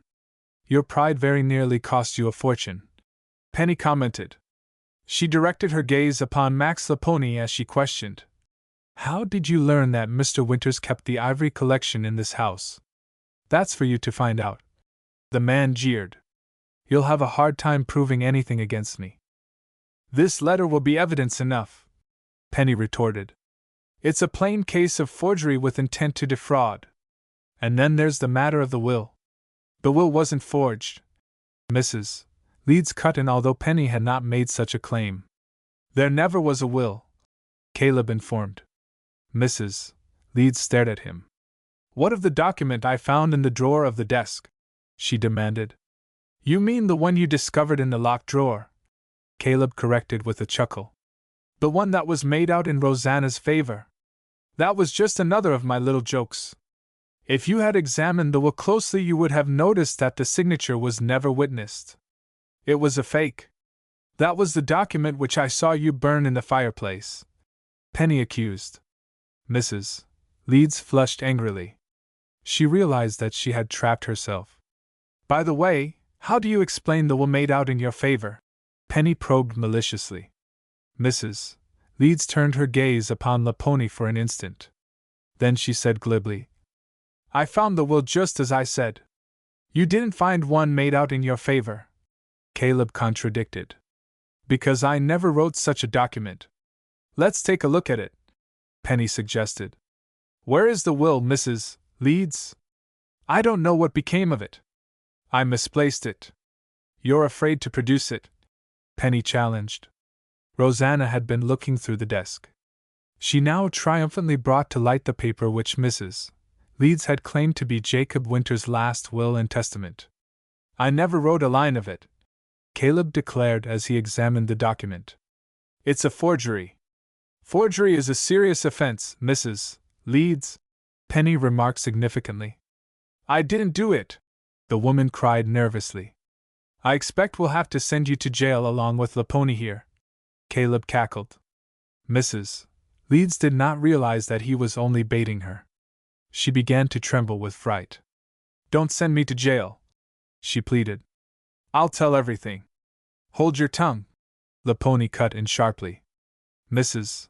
Leeds whirled upon him. "You say that because you want me to take all the blame. Well, I won't do it. You forged that will yourself. At your suggestion, Mrs. Leeds. It wasn't my suggestion. I'd never have considered such a thing if you hadn't put the idea into my head. You burned the first will which you believed to be genuine. Perhaps I did. But I never forged anything in my life. That was because you were afraid you'd be caught," Laponi sneered. "You wanted someone else to take the rap for you. You tricked me," Mrs. Leeds accused. "If I had known you intended to rob Mr. Winters of his ivories, I should have had nothing to do with you. I suppose you thought it wasn't robbery when you decided to cheat Rosanna Winters out of her inheritance? She had no inheritance. But you thought she did. No, Mrs. Leeds, you paid me well to forge the will in your favor. You're involved every bit as deeply as I." Mrs. Leeds collapsed into a chair and, burying her face in her hands, began to sob. Penny felt a little sorry for her, realizing that at heart the woman was not a criminal. She had been goaded on by an overpowering ambition to improve her social position by gaining Jacob Winters' fortune. "We may as well call the police," Penny said after a slight hesitation. She had noticed that Laponi was casting cunning glances about the room and guessed that he was hoping for an opportunity to escape. Mrs. Leeds sprang to her feet. She darted over to Jacob Winters, grasping him by the arm. "Oh, please, please don't have me arrested. I didn't mean to do wrong. For the sake of my daughter, let me go free. After all, we are relatives." "Unfortunately, we are," he agreed. Turning to Rosanna, he said quietly, "It is for you to decide, my dear. Let her go free," Rosanna urged instantly.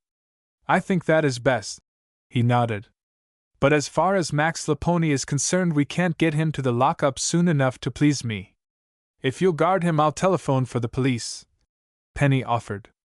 Leaving the old man with both revolvers, she went into an adjoining room to place the call. No sooner had she disappeared than Max Laponi saw his opportunity to escape. For an instant, Jacob Winters' attention wavered. That instant was enough for Laponi. Seizing the metal box which Rosanna had replaced upon the table, he darted out through the doorway. Chapter 20: A Break for Freedom. Chapter 20. Max Laponi bolted across the center hall, flinging open the outside door. He looked directly into the face of Christopher Nichols. "Hello, what's the big hurry?" the detective demanded, grasping him firmly by the arm. Laponi tried to jerk free, but he was no match for the detective. By this time, Penny and the others had come streaming into the hall. "Don't let him get away!" Penny cried. As the crook struggled to escape, Mr. Nichols slipped a pair of handcuffs over the man's wrists. Recovering the metal box, he handed it to his daughter. "Dad, how did you get here?" she asked eagerly. The detective did not hear, for he was regarding Laponi with keen interest. Well, if it isn't my old friend Leo Corley. Or possibly you have a new alias by this time.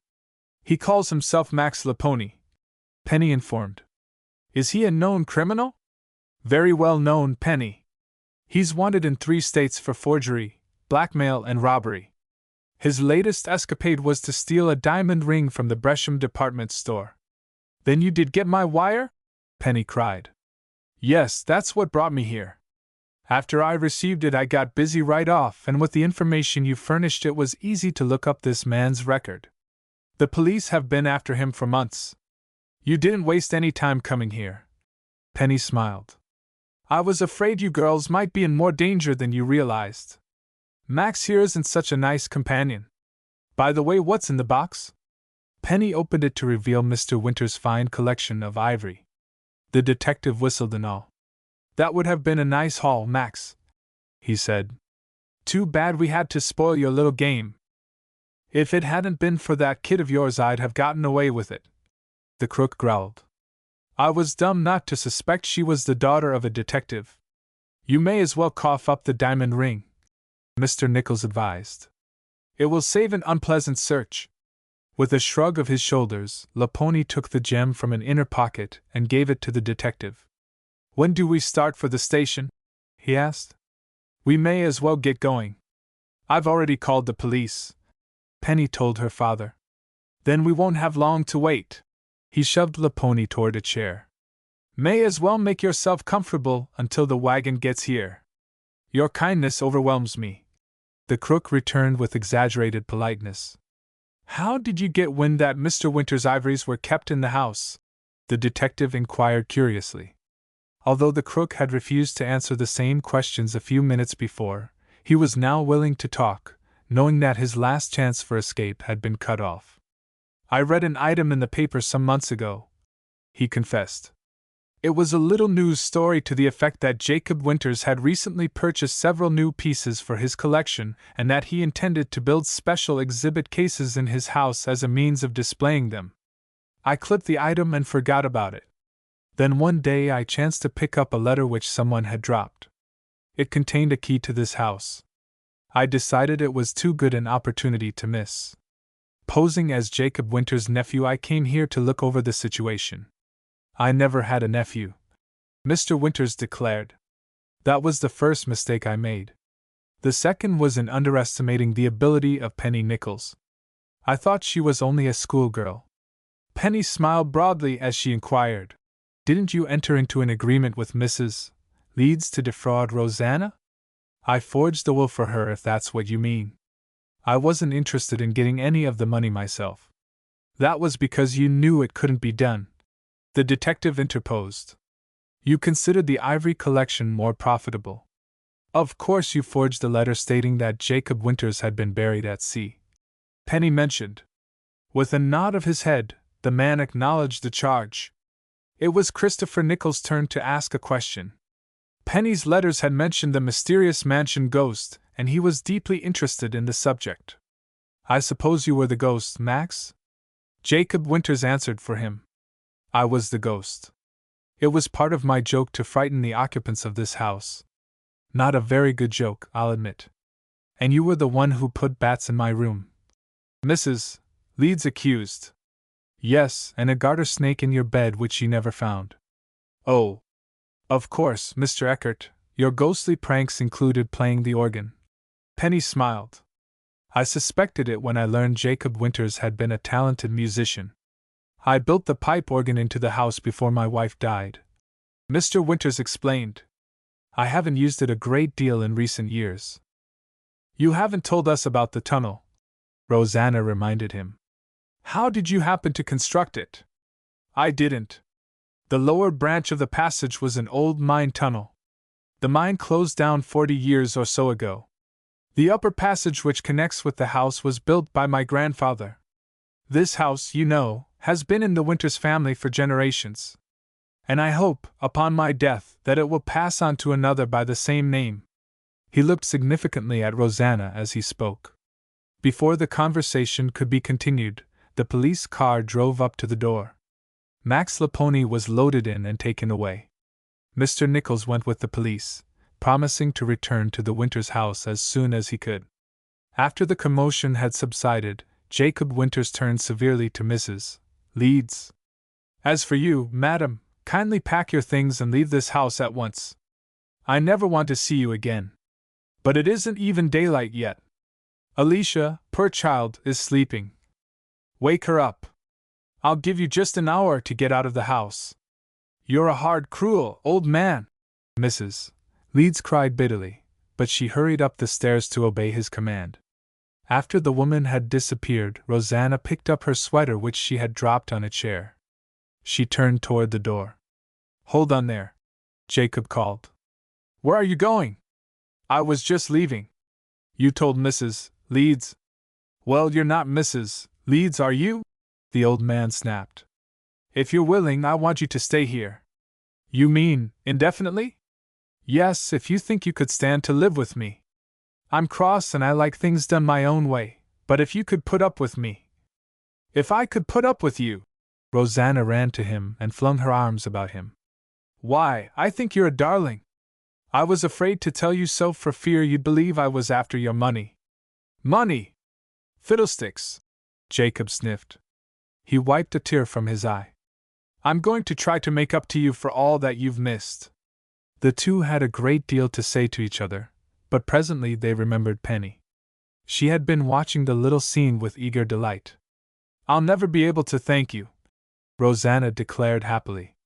You're responsible for everything, Penny.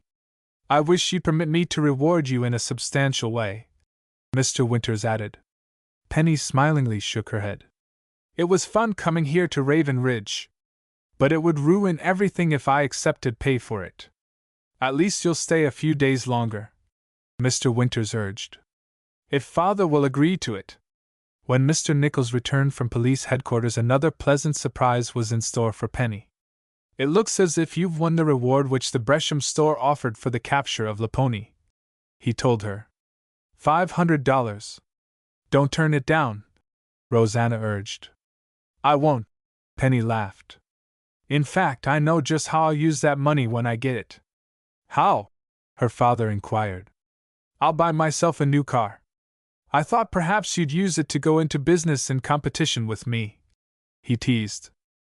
Someday I'll solve a mystery which will be so big and important that you'll not be able to twit me about it, Penny announced. I wasn't really teasing, my dear. I think you did a fine bit of work this time and I'm proud of you. Honestly? Honestly, Mr. Nichols repeated, smiling broadly. And I predict that you're only starting on this career of crime detection which you find so very thrilling. I wish I could be sure of that, Penny sighed. With all her heart she longed for another adventure as exciting as the one she had experienced. Although she had no way of knowing what the future held, she was destined soon to have her wish gratified. In the third volume of the Penny Nichols series, entitled The Secret of the Black Imp, she encounters a mystery more baffling than any she has previously solved. After Mrs. Leeds and her daughter left the house, the others took Mr. Nichols for a tour of the secret passageway. Jacob Winters explained in detail how the panel operated and entertained them by playing several selections on the pipe organ. I love music, Rosanna remarked wistfully. I've never even had an opportunity to learn to play the piano. You'll have it now, he assured her. Mr. Nichols remained during the day, but late in the afternoon he was forced to start for home as his work had been neglected. He was very willing, however, that Penny should remain as long as she wished at the old mansion. The days were all too short for the two girls, who enjoyed rambling through the woods, rowing and swimming in the lake, and exploring every nook and cranny of the interesting old house. But at length the time came when Penny too was obliged to depart. Come back and see us often, won't you? Rosanna urged as they parted. Whenever I can, Penny promised. I've had a glorious time. She drove away, but at the bend in the road halted the car to glance back. The house, cloaked in the shadows of evening, looked nearly as mysterious as upon the occasion of her first visit. However, to her it would never again have a fearful aspect. Jacob Winters and his niece stood framed in the doorway. They waved. Penny returned the salute. Then regretfully she turned her back upon Raven Ridge and drove slowly down the mountain road which led home. M.W.